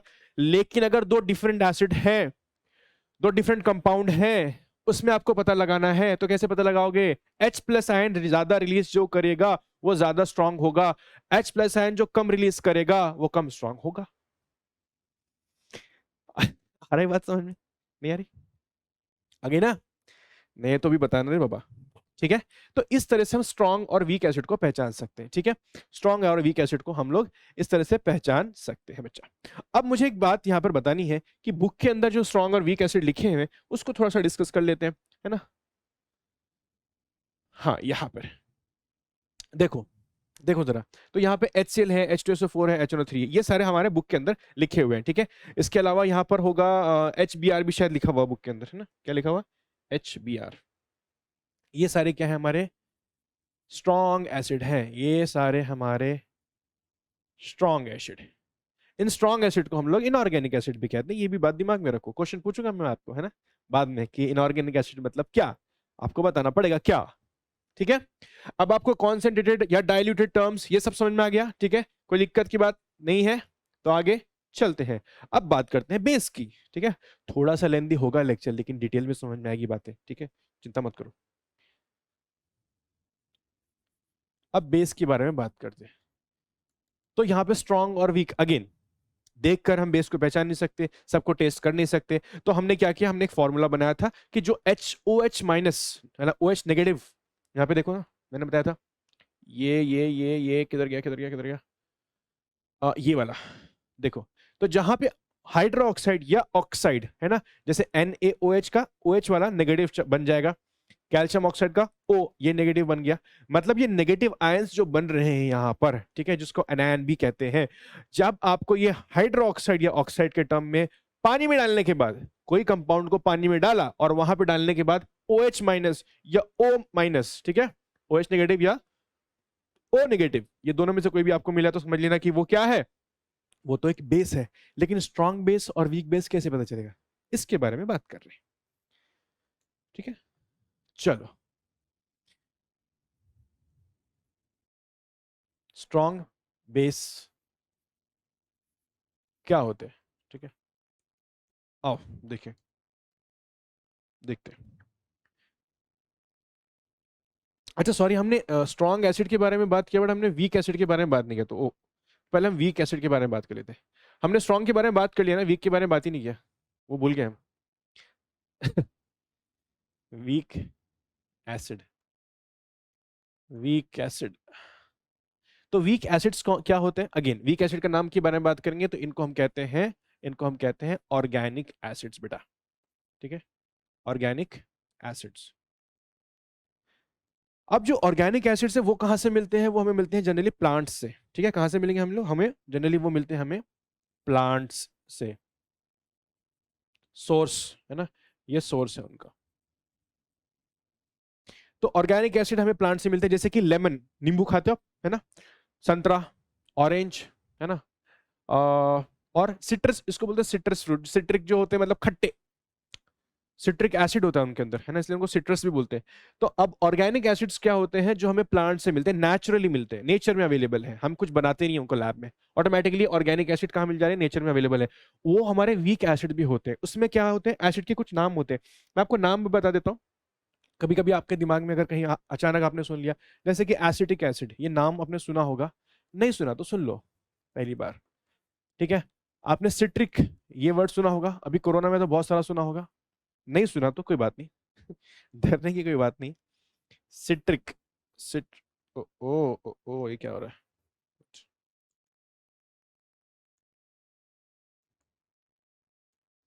है? सिट्रिक, इसको बोलते हैं सिट्रिक, सिट्रिक एसिड, ये आपने नाम सुना होगा, ठीक है। अगर नहीं सुना तो कोई प्रॉब्लम नहीं है, आप सुनते जाओ। फॉर्मिक, ये एसिड का नाम सुना है तो अच्छी बात, नहीं सुना तो कोई बात नहीं। लैक्टिक, ये सारे जो मैं नाम लिख रहा हूं ना, ये सारे के सारे क्या है हमारे? ये सारे के सारे हमारे ऑर्गेनिक एसिड। ऐसे बहुत सारे हैं मेरे पास, बहुत सारी लिस्ट है, मैं आपको पूरी लिस्ट दे सकता हूँ, बट हम उसके बारे में अभी फिलहाल इतना ज्यादा फोकस नहीं करें। हमारा मेन क्या है? ये एसिटिक एसिड क्या होता है? ये एसिटिक एसिड हमें जनरली मिलता है विनेगर में, ठीक है, विनेगर में, इसका नाम है। और एक इसको, इसका केमिकल फॉर्मूला होता है CH3COOH, ये आपके बुक में भी होगा, ठीक है। ऐसे सिट्रिक एसिड होता है, ये कहाँ पे आपको मिलता है? ये आपको जितने भी लेमन है, ऑरेंज है, खट्टे फ्रूट्स, ठीक है, लेमन, ऑरेंज, वहां पे आपको ये मिल जाएगा। फॉर्मिक एसिड, कभी मुंगी काटती है ना, मुंगी चावली तर कसं आपल्याला हे वाटतं ना की आपण जरा थोडासा तिथे असं बर्निंग सेंसेशन होतं है ना, बर्निंग सेंसेशन जो होता है, वो जलन जलन होती है ना अंदर ऐसे, तो जलन जो होती है ना अंदर, वो क्यों होती है? क्योंकि मुंगी क्या करती है? अपने अंदर यहाँ पर से एक एसिड छोड़ देती है, उस एसिड को बोलते हैं फॉर्मिक एसिड। वो चीटी, वो मधुमक्खी जब अपने को काटती है तो दर्द होता है ना, वो दर्द क्यों होता है? इस फॉर्मिक एसिड की वजह से। तो फॉर्मिक एसिड कहाँ मिलता है हमको? एंट्स में, एंट स्टिंग में, ठीक है। एंट का जो स्ट्रिंग होता है ना, वो डंक, डंक जब मारती है तो ऐसा होता है। Lactic, milk product, milk product जो होते हैं उसके अंदर लैक्टिक एसिड होता है, जैसे कि दही, कर्ड, ठीक है, उसमें ये मिलेगा। तो ये वीक एसिड्स होते हैं, ये हम खाते हैं इनको डेली बेसिस पे। नींबू आप खाते हो ना, ऑरेंज आप खाते हो, दही आप खाते हो, ये सब तो खाते ही हो, मूंगी तो काटती है, ये सब क्या है? हमारे बॉडी के अंदर एसिड जा रहे हैं, बट इनको हम खा रहे हैं, है ना। तो सारे एसिड स्ट्रांग होंगे ऐसा है क्या? नहीं, कुछ वीक होते हैं, हम उनको कंज्यूम करते हैं, तो वो उनको हम कह रहे हैं वीक एसिड। इनका नाम क्या क्या है? जैसे मैंने आपको इनका नाम कुछ इस तरह से बता दिया। अब जो वीक होते हैं ना, वीक एसिड, उसमें से एक हमारी बुक के अंदर जो स्पेशली मेंशन किया गया है, वो गया है एसिटिक एसिड, ये वाला, ये वाला पार्ट। और एक और किया गया है, वो है CO2, कार्बन डाइऑक्साइड, ये वाला भी एक हमारा वीक वाला पार्ट आ जाएगा, ठीक है, वीक एसिड। इसमें आपको, मैं आपको बता दूं, कार्बोनिक एक नाम लिख देता हूं, आपको याद रहेगा, आपको अच्छे से याद रहेगा ये, पता है क्यों? क्योंकि तुम इसको बहुत ज्यादा यूज करते हो। इसका नाम है H2CO3, ठीक है, H2CO3, इसको क्या बोलेंगे हम लोग? कार्बोनिक एसिड, ठीक है, इसको क्या बोलेंगे हम लोग? कार्बोनिक, कार्बोनिक एसिड, ठीक है। इसको देखो, अब ये जो कार्बोनिक एसिड, ये कहाँ मिलता है? कार्बोनिक एसिड आपको मिलेगा, जितने भी आप सॉफ्ट ड्रिंक्स पीते हो ना, वो सब मिलते हैं मार्केट में, soft drinks, Pepsi Cola type, तो वो सब के अंदर कार्बोनिक एसिड होता है। और वो कार्बोनिक एसिड जो होता है, वो ही क्या होता है, आप हमेशा कंज्यूम करते हो, तो वो एक तरह का क्या है? एसिड है, लेकिन कैसा है? वीक है, ठीक है। तो उसको हम कहेंगे वीक एसिड, ठीक है। चलो, उसके बाद हम बात कर रहे हैं वीक एसिड के बारे में बात किया, ये ऑर्गेनिक होते हैं, ये इनके कुछ एग्जाम्पल्स हैं, ठीक है। इनको वीक क्यों कहते हैं, या मैं कैसे पहचानूंगा कि ये वीक है? अगर मुझे एग्जाम में ये लिख के दे दिया और इसके साथ HCl दे दिया तो मैं पहचानूंगा कैसे? तो पहचानने का तरीका क्या है? अगेन देखो, जैसे मेरे पास बुक में लिखा है ये एग्जाम्पल CH3COOH, इसको बोलते हैं एसिटिक एसिड। क्या बोलेंगे इसको? Acetic acid, acetic acid. अब बच्चा लोग, ये जो एसिटिक एसिड है इसको पहचानेंगे कैसे कि सर ये वीक है? ये कैसे पहचानेंगे हम? तो इसको पहचानने का तरीका ये है कि जब आप इसको पानी में डालते हो, यानी जब इसका डिसोसिएशन होता है, डिसोसिएशन का मतलब ये होता है जैसे कि HCl था ना, ये HCl था, ये डिसोसिएट होने का मतलब ये कि H अलग हो जाएगा, Cl अलग हो जाएगा। तो क्या हो रहा था, यहाँ पर H प्लस बन जाता था और Cl माइनस, तो इसको बोलते हैं डिसोसिएशन। इनका जो एसोसिएशन था वो डिसोसिएट हो गया, टूट गया, अलग अलग हो गया, है ना, इसको बोलते हैं डिसोसिएशन, ठीक है। तो जैसे ही HCl का डिसोसिएशन हुआ था ऐसे इनका भी डिसोसिएशन होगा। लेकिन क्या होता है यहाँ पर, जरा इंटरेस्टिंग चीज ये है, ध्यान से देख लो एक बार कि भाई साहब ये जब टूटता है तो यहां पर आप देखो ये कुछ इस तरह से बनता है, CH3COO और ये H, ये अलग अलग हो जाते हैं। तो क्या 100% हाइड्रोजन, 100% हाइड्रोजन का डिसोसिएशन हो गया? क्या 100% जो आयंस थे H वाले, ये जो H प्लस बनाएगा, ये तो H प्लस बनाएगा ना, ये H प्लस बनाएगा और ये माइनस बनाएगा, तो इसमें हाइड्रोजन है ना, इसमें हाइड्रोजन है ना, तो क्या सारा का सारा हाइड्रोजन गया? नहीं, कुछ हाइड्रोजन के आयंस बन गए लेकिन कुछ एज इट इज इसी फॉर्म में रह गया। समझे नहीं समझे? कुछ क्या हुआ, कुछ तो हाइड्रोजन चला गया, कुछ हाइड्रोजन के मतलब H प्लस आयन बन गए और लेकिन कुछ नहीं बने। तो सिंपल सी बात फिर से समझा देता हूं पूरी ओवरऑल, जहां पर H प्लस आयन ज्यादा बनेंगे स्ट्रॉन्ग, कम बनेंगे वीक। यहां पर क्या हो रहा है, H प्लस आयंस कम बनेंगे, सारे के सारे डिसोसिएट, सारे के सारे टूट के अलग अलग नहीं हो रहे, कुछ इसके साथ में रह जाते हैं, कुछ यहां पर अलग हो जाते हैं। कई बार ऐसा भी होता है कई बार ऐसा भी होता है, देखो ध्यान से, ये जो पार्ट है ना, एक पार्ट ये रह जाता है, एक पार्ट ये बन जाता है और एक पार्ट ये रह जाता है। जब डिसोसिएशन होता है तो कंप्लीट डिसोसिएशन नहीं हुआ, ये कुछ मॉलिक्यूल एज इट इज रह गए, कुछ एज इज मतलब ये ऐसे, इसमें कुछ भी चेंजेस नहीं आया, ये डिसोसिएट ही नहीं हुआ, ये ऐसे कैसे रह गया, कुछ टूट के ऐसे बन गए। तो क्या हुआ, कुछ का डिसोसिएशन हुआ और कुछ, ये देखो डिसोसिएशन हुआ यहाँ पर और कुछ एज इट इज रह गए। तो जिनका डिसोसिएशन हुआ था उसमें तो H प्लस बने, लेकिन H प्लस सारे नहीं बने ना, बहुत थोड़े से H प्लस बने। तो बहुत थोड़े से जब H प्लस बने हैं ना बेटा, तो इसका मतलब ये क्या होगा, ये वीक एसिड होगा। वीक एसिड क्या करता है, H प्लस आयन कम बनाता है, सिंपल, ठीक है, समझ में आई बात? चलो अब बेस की बात कर लेते हैं, अब ऐसे ही बेस की भी बात कर लेते हैं, ठीक है। बेस में भी क्या होगा, हमारे पास दो होंगे, एक स्ट्रांग होगा और एक वीक होगा, ठीक है, एक स्ट्रांग होगा और एक वीक होगा। तो स्ट्रांग बेस किसको कहेंगे और वीक बेस किसको कहेंगे, ठीक है। देखो, तो मैंने आपको क्या बताया था, मैंने आपको बताया था कि बेस को कैसे पहचानेंगे। तो बेस को पहचानने का तरीका यह है कि जिस कंपाउंड में O या तो OH ऑक्साइड या हाइड्रो ऑक्साइड, जैसे कि एग्जाम्पल के लिए जैसे कि NaOH, KOH, ये दिख रहा है, ये क्या दिख रहा है, इनके अंदर आपको OH दिख रहा होगा बेटा, क्या दिख रहा होगा, OH दिख रहा होगा। तो जहां पे OH दिखा, जहां दिख रहा है, जहां पर OH दिखा मतलब क्या, वो हाइड्रो ऑक्साइड है, क्या है वो, हाइड्रो ऑक्साइड। तो ये जो हाइड्रो ऑक्साइड आपको दिखा, ऐसी मगर मैं आपसे एक और एग्जांपल डाल देता हूं यहाँ पे, चलो Na2O, ये क्या है, सोडियम ऑक्साइड, ठीक है, ठीक है, ठीक है। इसके बाद और एक डाल दो, चलो कैल्शियम हाइड्रो ऑक्साइड, ठीक है, ये, ठीक है। अब देख लो जरा ध्यान से, अब देख लो जरा ध्यान से, अब यहां पर आपको मैंने 4 कंपाउंड के नाम लिख दिए हैं। पहला कंपाउंड ये है, दूसरा कंपाउंड ये, तीसरा कंपाउंड ये, चौथा कंपाउंड। अब इसमें से अपने को बताना है सारे के सारे बेस है क्या, हाँ सारे के सारे बेस तो है, लेकिन इसमें स्ट्रॉन्ग कौन सा होगा और वीक कौन सा होगा। तो देखो वीक और स्ट्रॉन्ग यहाँ पर कैसे पता लगाएंगे, ये तो मैंने आपको समझा दिया था, ये तो मैंने आपको बता दिया था कि यहाँ पर OH होगा, OH होगा, O होगा या OH होगा। तो OH और O मतलब हाइड्रोक्साइड और ऑक्साइड, ये आपको क्या मिलेंगे, ये आपको बेस बनाएंगे। क्या बनाएंगे, बेस बनाएंगे। स्ट्रॉन्ग कौन से होंगे, वीक कौन से होंगे, ये सवाल है। ये सवाल है, ठीक है। तो यहां पर भी अगेन मैं आपको सेम फिलॉसफी यहां पर भी बता सकता हूं, मतलब स्ट्रॉन्ग कौन से होंगे, जो OH नेगेटिव ज्यादा रिलीज करेंगे, है ना, जहां पर मोर OH नेगेटिव होगा। कैसे होगा? OH ज्यादा होगा और OH नेगेटिव जहां पे लेस होगा। इन दोनों से आप समझ सकते हैं, जहां पे OH नेगेटिव ज्यादा बना वो हो जाएगा स्ट्रॉन्ग बेस, जहां पे OH नेगेटिव कम बना वो हो जाएगा वीक बेस, ठीक है। OH के साथ साथ आप O की बात भी कर सकते हो यहां पर, ठीक है, क्योंकि O भी है, तो O नेगेटिव, O नेगेटिव, तो O नेगेटिव जहां पे ज्यादा है वो क्या हो जाएगा? स्ट्रॉन्ग। जहां पे O नेगेटिव कम है वो हो जाएगा लेस स्ट्रॉन्ग, ठीक है।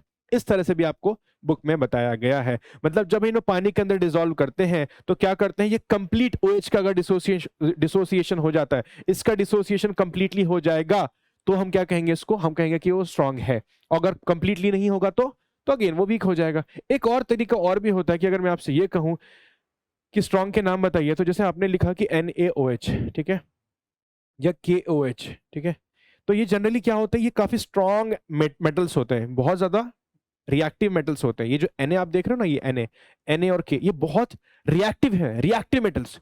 रिएक्टिविटी सीरीज पता है ना, वो लंबी सी सीरीज है जिसमें पोटेशियम है, सोडियम है, एल्यूमिनियम है, आयरन है, वो लंबी सी। वो सीरीज में आप देखोगे Na और ये जो Na और K है सबसे ऊपर की लिस्ट में आते हैं, ऊपर उनका नंबर आता है। तो ये बहुत ज्यादा रिएक्टिव होते हैं। अब ये बहुत ज्यादा रिएक्टिव होने की वजह से, ये अच्छा खासा स्ट्रॉन्ग बेस बनाते हैं। क्या बोला मैंने? ठीक है, ये रिएक्टिव होने की वजह से बनाते हैं। तो दो तरह से आप पता लगा सकते हो, ये उसका तरीका है। आपके बुक के अंदर जो कुछ है मैंने सब कुछ डिस्कस कर दिया, ये सारे बुक में लिखे, सारे डिस्कस हो चुके हैं, ठीक है बेटा? ठीक है, अब हम बात करते हैं नेक्स्ट पार्ट की। नेक्स्ट पार्ट क्या है अपना? अगर आपने यहां तक वीडियो देखा है ना, तो कैसा लगा मुझे बताना, क्योंकि मैं चाह रहा था कि आपको बहुत सारा डिटेल में अच्छे से बताऊं, ठीक है। आई होप आपको चीज समझ में आई होगी, और अगर कुछ नहीं आया ना तो मुझे बताना, ठीक है। मैं शायद नेक्स्ट क्लास में उसको बता दूं, या तो फिर कभी भी मुझे टाइम मिलेगा शॉर्ट्स में या कहीं पर भी, तो मैं आपको उसे एक्सप्लेन कर दूंगा, ठीक है। तो टेंशन मत लो, है ना। कुछ भी अगर दिमाग में नहीं गया तो मुझे बता देना, ठीक है। चलो आगे चलते हैं। अब बात करते हैं बेसिसिटी एंड एसिडिटी की। तो बेसिसिटी और एसिडिटी क्या होती है? तो बेसिसिटी होती है एसिड्स की और एसिडिटी ऑफ बेसिस की। अब क्या मतलब इसका? The number of H plus ions, number of H plus ion obtained by the dissociation of one molecule of an acid is called its basicity. मतलब क्या हुआ, जैसे मेरे पास भाई लोग HCl है, अब इस HCl को मैं क्या करता हूं? पानी में डालता हूं। जब इस HCl को पानी में डालूंगा तो कितने आयन, ये जो पूरा का पूरा है, पूरा का पूरा कंपाउंड देख रहे हो, पूरा का पूरा ये HCl दिख रहे हो, तो यहाँ पे हमें क्या बताया गया कि एक मॉलिक्यूल, इसी को एक मॉलिक्यूल कहा गया है ना, इसलिए मैं इसको कंपाउंड नहीं कह रहा था, वरना कंफ्यूजन हो जाएगी आपको। यही क्या है? एक मॉलिक्यूल है, ठीक है। अब इस एक मॉलिक्यूल से कितने H प्लस आयन बनेंगे? मॉलिक्यूल से कितने H प्लस बनेंगे? एक ही तो बनेगा। यहाँ पर है कितना है? एक ही तो है। तो इससे बनेगा सिंगल, है ना, इससे बनेगा सिंगल H प्लस। ये आपको क्या देगा? सिंगल H प्लस आयन देगा। दो दे सकता है कि ये, इसके पास ही दो नहीं है तो कहां से देगा? तो HCl आपको, HCl का एक मॉलिक्यूल आपको एक H प्लस दे सकता है। लेकिन मैं आपसे बोलूं कि मेरे पास है H2SO4, इसका एक ही मॉलिक्यूल आपको कितने H प्लस दे सकता है? तो आप क्या बोलेंगे? दो दे सकता है। मतलब ये हो जाएगा डबल H प्लस आपको मिलेगा यहां पर, ठीक है। तो बेसिसिटी ऑफ एसिड समझ में आ रही बात?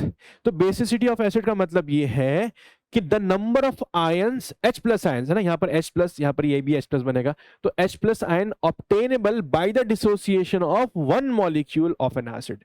One molecule of an acid, तो एक मॉलिक्यूल हमने ले लिया, इसका डिसोसिएशन कर लिया हमने, और उससे क्या मिला हमें? H प्लस आयन मिल गए। तो कहां पे मिले? ये देखो, ये सिंगल H प्लस दे रहा है और ये डबल H प्लस दे रहा है।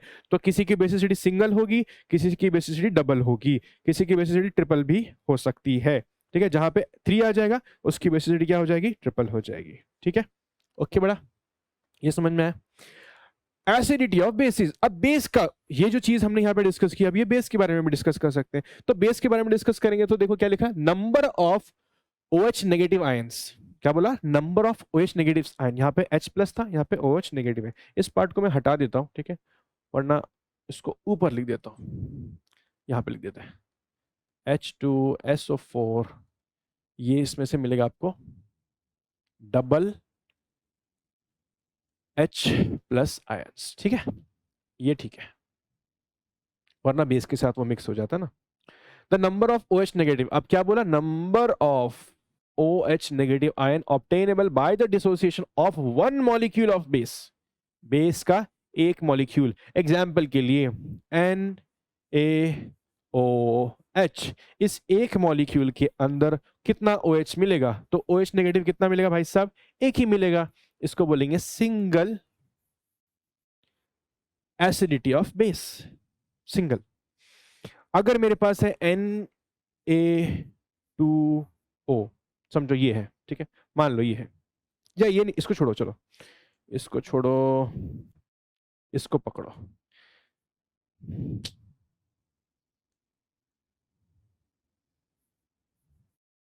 इसको देखो, अब ज्यादा अब ज्यादा समझ में आएगा। तो इसको देखो, अब ये हमारा एक मॉलिक्यूल है, बात सही है कि नहीं, बिल्कुल सही है, मॉलिक्यूल का हो भैया, हाँ, ये मॉलिक्यूल। अब इस मॉलिक्यूल को, इसमें OH कितने पार्ट है, यहाँ पे OH नेगेटिव कितने बनने वाले हैं, यहाँ पर OH नेगेटिव है 2, तो ये क्या हो जाएगा हमारा डबल डबल डबल ट्रबल, तो ये डबल हो गया। समझ में आएगी बात, समझ में आया क्या, acidity of base, acidity of base किसको कह रहे हैं, number of OH ion. So OH ion यहाँ पर देखो, NaOH में OH नेगेटिव जो आयन है वो सिंगल है, लक्षात येते किती आहे बघा, इथे आहे 2, ते 2 आहेत, मग 2 आहेत तर आपण काय म्हणू त्याला, आपण त्याला डबल आणि याला सिंगल असं आपण त्याला नाव देऊ, ठीक आहे। यापुढे आपण एक टेबल है ना, for your better understanding we have one table, let's understand the table. So complete the following, ये टेबल आपकी बुक में है, टेंशन लेने की कोई बात नहीं है, कंप्लीट दी फॉलोइंग टेबल। अब देखो एसिड क्या है, number of H plus ion obtained from one molecule, इसमें से कितने H प्लस आयन मिल जाएंगे भाई साहब, बताइए जरा, यहां से क्या मिलेगा, यहाँ पे तो H प्लस एक सिंगल ही मिलने वाला है, तो मैं उसको एक क्या काम करता हूँ, H प्लस को सिंगल लिख देता हूँ, नंबर ऑफ कितने हैं, यहाँ पे 1 हो जाएगा, मेरा 1 कैसा लिखा जा रहा है, अरे अरे अरे अरे, रुको जरा, हाँ थोड़ा ठीक है, बेटर है। HNO3 में कितने हैं भाई साहब, सर सिंगल ही हो जाएगा, ठीक है, तो सिंगल ले दे।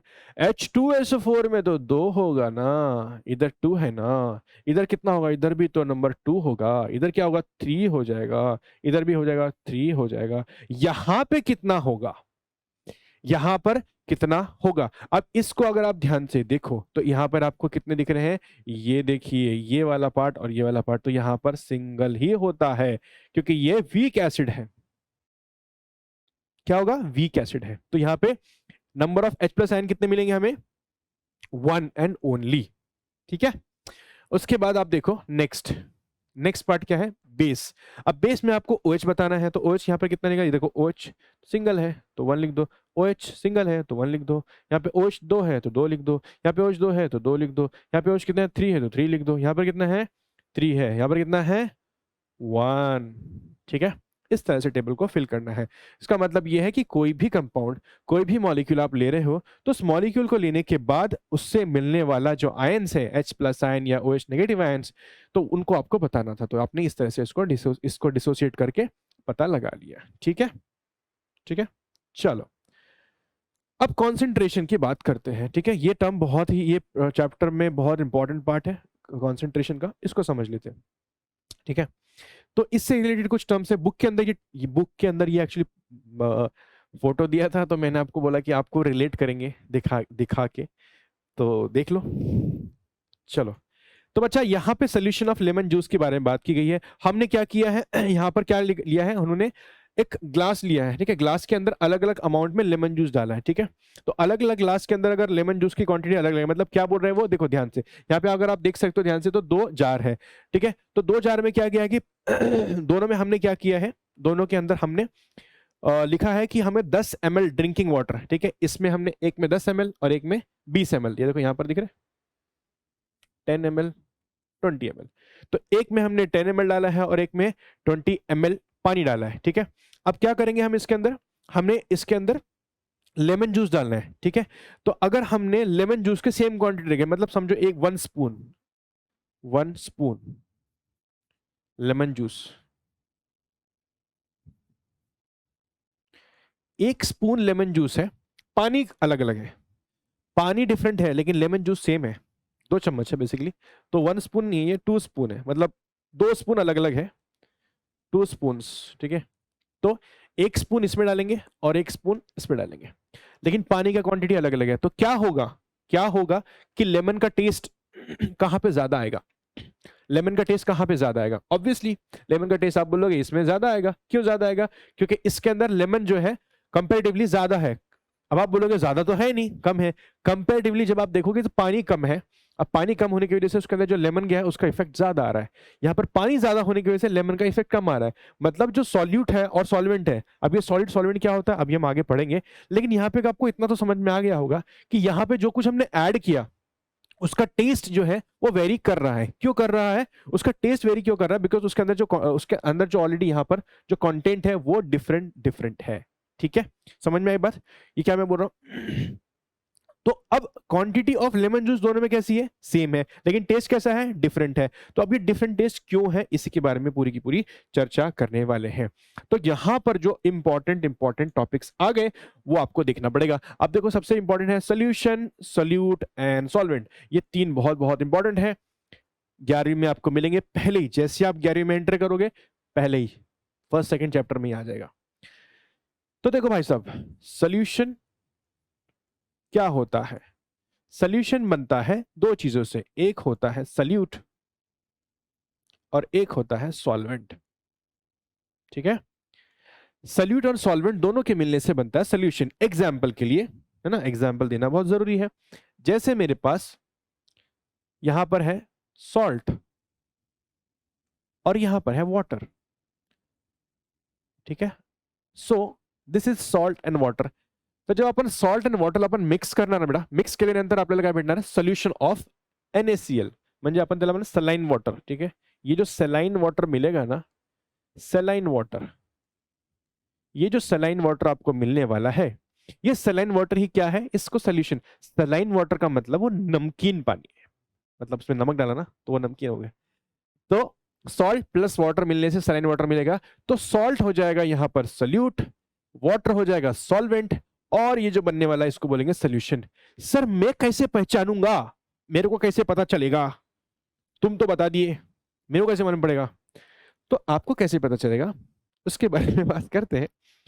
तो जो less in quantity, less in quantity, जो कम क्वांटिटी में होगा ना भाई लोग, वो होता है solute. More in quantity, more in quantity, जो ज्यादा क्वांटिटी में होता है वो होता है सॉल्वेंट।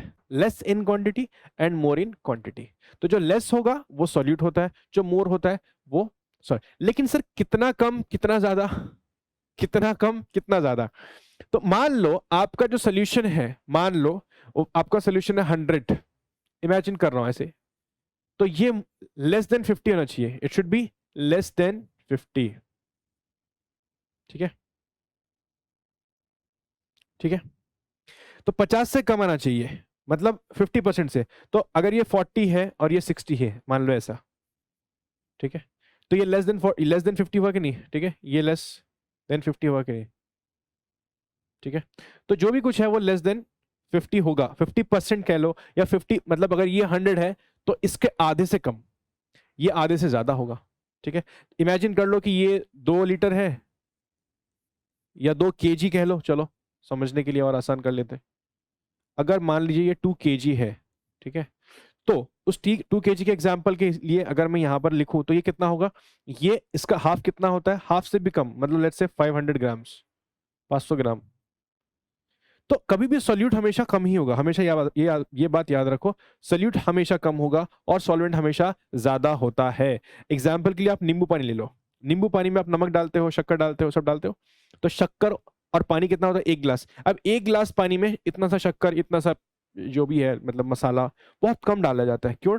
वही सॉल्यूट है, सॉल्वेंट हमेशा ज्यादा होता है, ठीक है। तो यहाँ पर सॉल्यूट और सॉल्वेंट आपको समझ में आ गया, ठीक है। अब हम बात करेंगे इसके आगे, ठीक है। अब हम बात करेंगे कॉन्सेंट्रेशन, कॉन्सेंट्रेटेड सोल्यूशन क्या होता है और डाइल्यूटेड सोल्यूशन क्या होता है, और सबसे पहले समझेंगे कि सोल्यूशन ही क्या होता है, ठीक है। सोल्यूशन सॉरी कॉन्सेंट्रेशन क्या होता है, ठीक है। देखो अब यहां पर अगर आप देख रहे हो ना, तो सल्यूट, अगर द पोर्शन ऑफ सल्यूट, हमारे बुक में क्या लिखा हुआ है, the portion of solute. Portion of solute का मतलब क्या है, जितना ज्यादा सल्यूट डालते जाओगे डालता जाएगा उतना कॉन्सेंट्रेशन बढ़ता जाएगा। सल्यूट ज्यादा, कॉन्सेंट्रेशन ज्यादा, सल्यूट कम, कॉन्सेंट्रेशन कम, ठीक है। सल्यूट ज्यादा होगा तो कॉन्सेंट्रेशन ज्यादा, सल्यूट कम होगा तो कॉन्सेंट्रेशन कम होगा। क्या बोला मैंने? मोर सल्यूट, सल्यूट ज्यादा होगा तो हाई कॉन्सेंट्रेशन, हाई कॉन्सेंट्रेशन। और सल्यूट कम होगा तो भाई साहब क्या होगा, क्या होगा? लेस सल्यूट का क्या होगा? Less solute, low concentration. समझ में आया क्या? तो बॉस बात ऐसी है कि more solute high concentration, less solute less concentration, ये सिंपल सी यहां पर टर्मिनोलॉजी हमने डिस्कस की थी। अब कॉन्सेंट्रेटेड सोल्यूशन के बारे में बात करें तो कॉन्सेंट्रेटेड सोल्यूशन की हमने ऑलरेडी डिस्कशन कर लिया। कॉन्सेंट्रेटेड सोल्यूशन कौन सा मिलेगा भाई साहब? ज्यादा सल्यूट हो जाएगा तो ज्यादा कॉन्सेंट्रेशन, और कम सल्यूट होगा तो डाइल्यूटेड सोल्यूशन। मतलब क्या होगा यहां पर, किस पे डिपेंड करता है? लेस सल्यूट, सॉरी इधर लेस नहीं होगा, इधर तो हाई होगा, या मोर लिख लो, है ना, मोर, और यहां पे लेस। क्या बात कर रहे हैं यहाँ पे? सल्यूट की बात कर रहे हैं। सल्यूट कैसे लिखो रे बाबा? ऐसे लिख दो।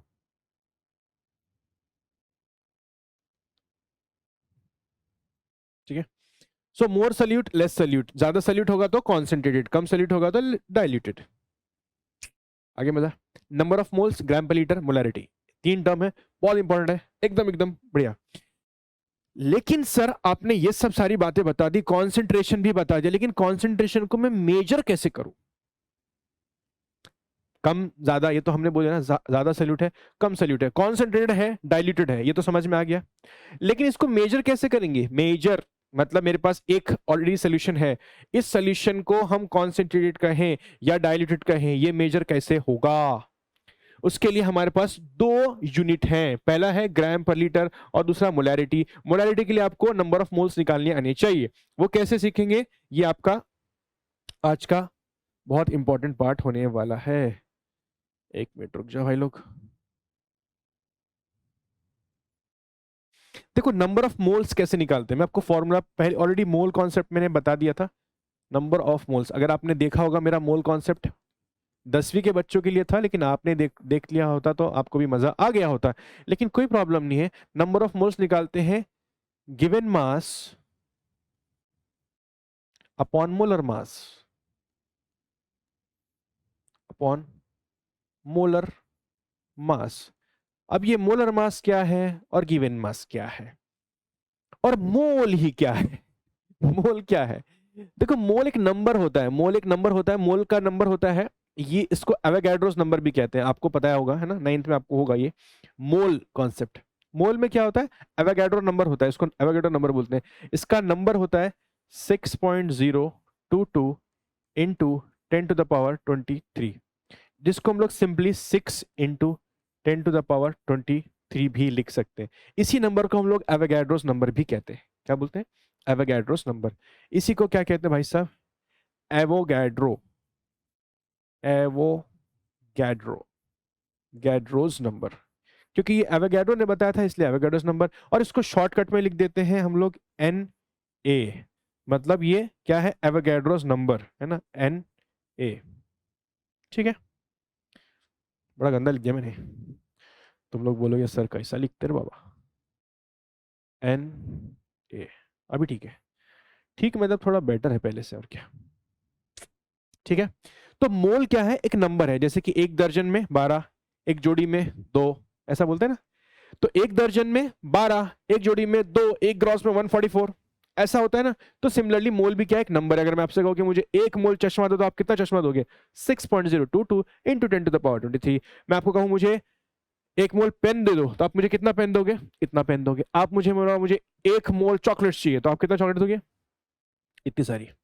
तो ये एक मोल है। तो नंबर ऑफ मोल क्यों कैलकुलेट करते हैं हम लोग, नंबर ऑफ मोल इसलिए कैलकुलेट करते हैं कि हम लोग जब कैलकुलेशन करें ना, तो ये टर्म बड़ा हैवी है, तो हम इसको पूरे के पूरे को 1 मोल कह देते हैं। इसको हम क्या कहते हैं, 1 मोल। जैसे एग्जांपल के लिए मैं 12 दर्जन के अगर मैं बोलूं 12 डजन है ना, 12 दर्जन, तो 12 दर्जन क्या होगा, 12 इंटू 12, 4 दर्जन बोल, चलो सिंपल करने के लिए अगर मैं आपसे कहूं कि 4 दर्जन मेरे पास केले हैं, 4 दर्जन आम है, 4 दर्जन एप्पल है, तो 4 दर्जन का मैंने क्वांटिटी कितनी बताई, सिर्फ 4, बट है वो कितने, दर्जन, मतलब मल्टीप्लाई बाई 12 करना पड़ेगा, बराबर है। सिमिलरली जब मैं नंबर ऑफ मोल निकालूंगा तो समझो आंसर आएगा 2, लेकिन एक्चुअली क्वांटिटी कितनी हो जाएगी, वो मल्टीप्लाई बाय दिस, ठीक है। 4 दर्जन में कितना होता है, 4 इंटू 12, बराबर। सिमिलरली 2 मोल कितना होगा, 2 इंटू दिस, क्योंकि एक मोल का तो ये क्वांटिटी है, एक मोल का मीनिंग ये है। अब समझ में आया, ठीक है। चलो ये पार्ट आपको समझाने के लिए यहाँ पे समझा दिया मैंने, ठीक है, कोई प्रॉब्लम नहीं। लेकिन फॉर्मूला ये है। अब गिवन मास क्या है, मोलर मास क्या है, वो देख लो। गिवन मास वो होता है जो बुक में ऑलरेडी दिया होता है, और मोलर मास क्या होता है, मोलर मास को एक बार मैं फिर से समझा देता हूँ जल्दी से, है ना, कुछ भी कंफ्यूजन मैं छोड़ना नहीं चाहता आपके दिमाग में। जैसे मान लो मैंने आपसे कहा कि H2O का मोलर मास निकालिए, तो पहले मॉलिक्यूलर मास निकाल लो। क्या निकालोगे पहले, मॉलिक्यूलर मास। तो इसका मॉलिक्यूलर मास अगर आपको नहीं आता है तो मैं आपको उसका भी एक ही मिनट में सिखा देता हूँ। मॉलिक्यूलर मास कैसे निकालते हैं, देखो H का यहाँ पे लिखेंगे H, उसके एटम कितने हैं, 2, प्लस O कितना है, 1।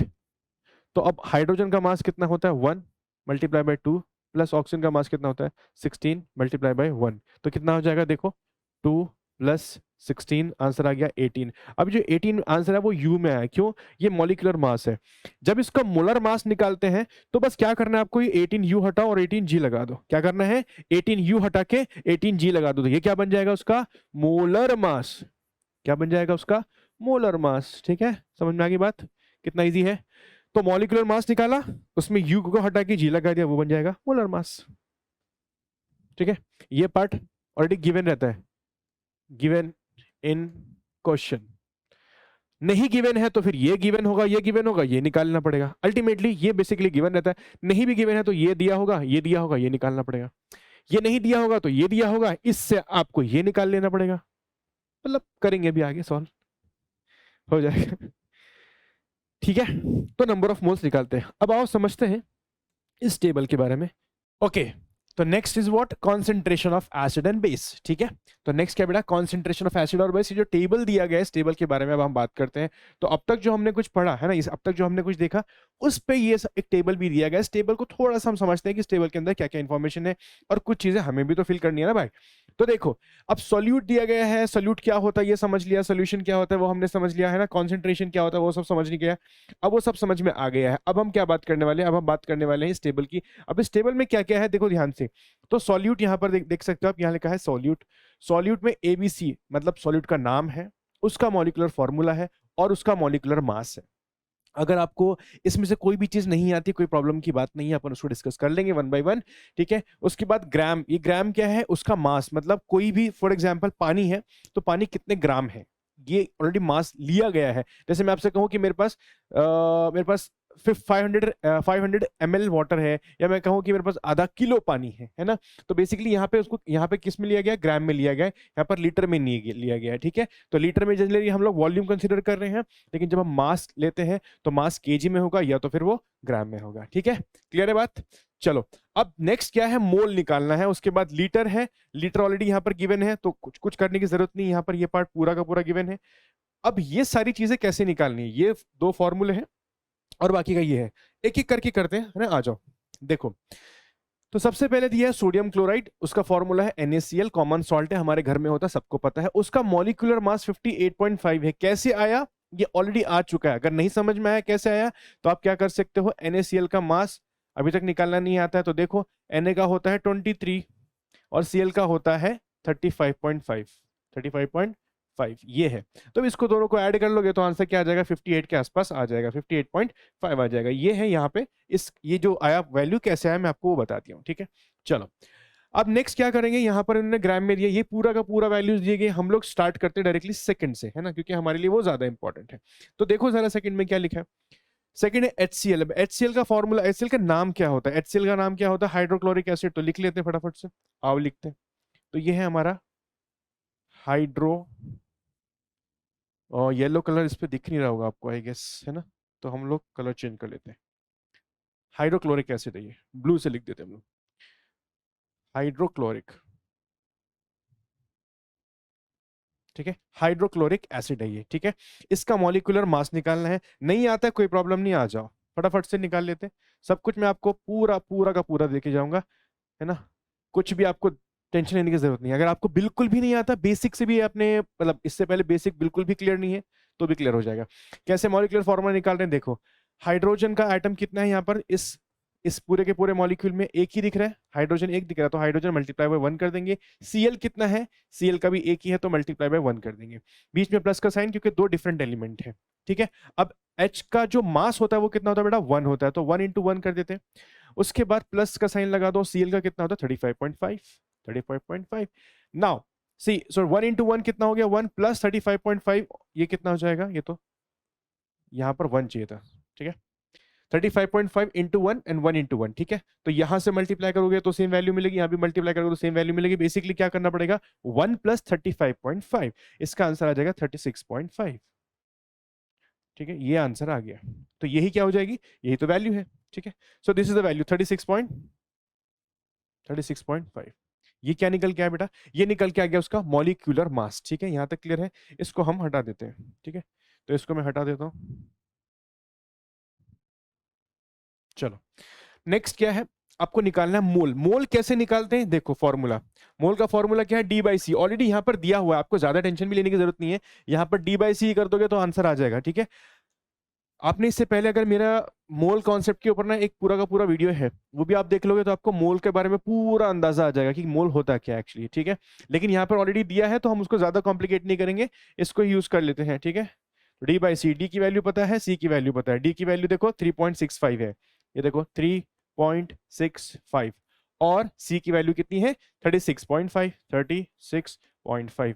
अब अगर इसको सॉल्व करने में किसी किसी को प्रॉब्लम आती है ना, डेसिमल वाला जब आ जाता है तो हम लोग घबर जाते हैं, तो घबराना नहीं है, क्या करना है देखो। तो आपने इसको मल्टीप्लाई ऊपर से, अगर मैं ऊपर वाले को 100 से मल्टीप्लाई कर दूं, ठीक है, तो इसका ये डेसिमल खत्म हो जाएगा, और इसको भी मैं 100 से मल्टीप्लाई कर देता हूँ, तो क्या आंसर आएगा जरा देखते हैं। ये इक्वल टू हटा दो बीच में से, आ जाओ देखो 100, ठीक है। तो अब इसको आप 100 से मल्टीप्लाई करो, नीचे वैल्यू कैसे आ जाएगी, आ जाएगी 365 अपॉन 3650, ठीक है, ये आएगी ना। 100 से मल्टीप्लाई करूंगा तो ये जो डेसिमल है ये 2 डिजिट के बाद शिफ्ट हो जाएगा, क्योंकि यहाँ पर 2 जीरो है। यहाँ पर जब ये 2 के बाद शिफ्ट होगा तो एक तो 5 ही हो जाएगा और एक 0 लगाना पड़ेगा, तो यहाँ पे आ गया 365 अपॉन 3650। अब ये जो वैल्यू आ गई है यहाँ पर, ठीक है, इसको आप देखो 365 और ये इसको अगर आप 10 से डिवाइड करोगे तो आंसर कुछ 1/10 आएगा। 1/10 का मतलब होता है 0.1, 1/10 का मतलब क्या है 0.1, तो इसका आंसर कितना आ गया, आंसर आ गया 0.1। यहाँ पर देखो ये आ गया 0.1, ठीक है, 0.1 मोल, ठीक है, मोल भी लिख सकते हो आप यहाँ पे 0.1 मोल, ठीक है। यहाँ तक क्लियर है, ये 1 लीटर ऑलरेडी गिवन है। अब आ जाओ इस पर, कॉन्सेंट्रेशन ऑफ सोल्यूशन क्या करने का, D by, formula already given है, कुछ करना है ही नहीं, D/F। ये है D, ये है F, दोनों भी पता है। D कितना है 3.65 और F कितना है 1। तो अगर आप किसी भी वैल्यू को 1 से डिवाइड करोगे तो आंसर क्या आएगा, 3.65 ही आने वाला है कि नहीं, सही बात है कि नहीं। ये देखो D ये है, D की वैल्यू कितनी है 3.65, F की वैल्यू क्या है 1, तो 3.65 डिवाइड बाय 1, तो आंसर कितना आएगा 3.65, 3.65, ये तो आंसर आएगा, ठीक है। अब लास्ट क्या बचा, मोलैरिटी। मोलैरिटी कैसे निकालेंगे, मोलैरिटी निकालने के लिए हमें क्या करना पड़ेगा, E/F। E क्या है, ये वैल्यू है, ये जो वैल्यू आती है ये E वाली, इसकी वैल्यू कितनी है 0.1, 0.1 की वैल्यू यहाँ पर, और F की वैल्यू कितनी है, वो तो 1 है, तो 0.1 डिवाइड बाय 1 कितना हो जाएगा, अगेन इट विल बिकम 0.1, है कि नहीं। तो 0.1 डिवाइड बाय 1 क्या हो जाएगा, 0.1 डिवाइड बाय 1 अगेन 0.1, ठीक है। तो ये हो गया यहाँ पे आंसर। ठीक है, क्लियर है ये बात? नेक्स्ट, नेक्स्ट देख लो फटाफट से।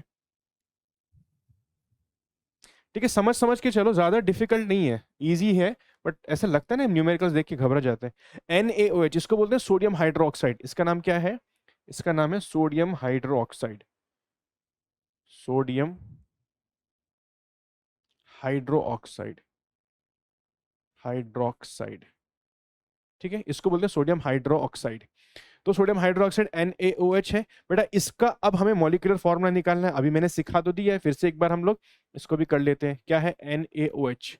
देखो Na कितना होता है, Na का मास मैं डायरेक्टली कर रहा हूं, अभी आपको पता है, सीख लिया आपने, अब मैं डायरेक्ट कर रहा हूं।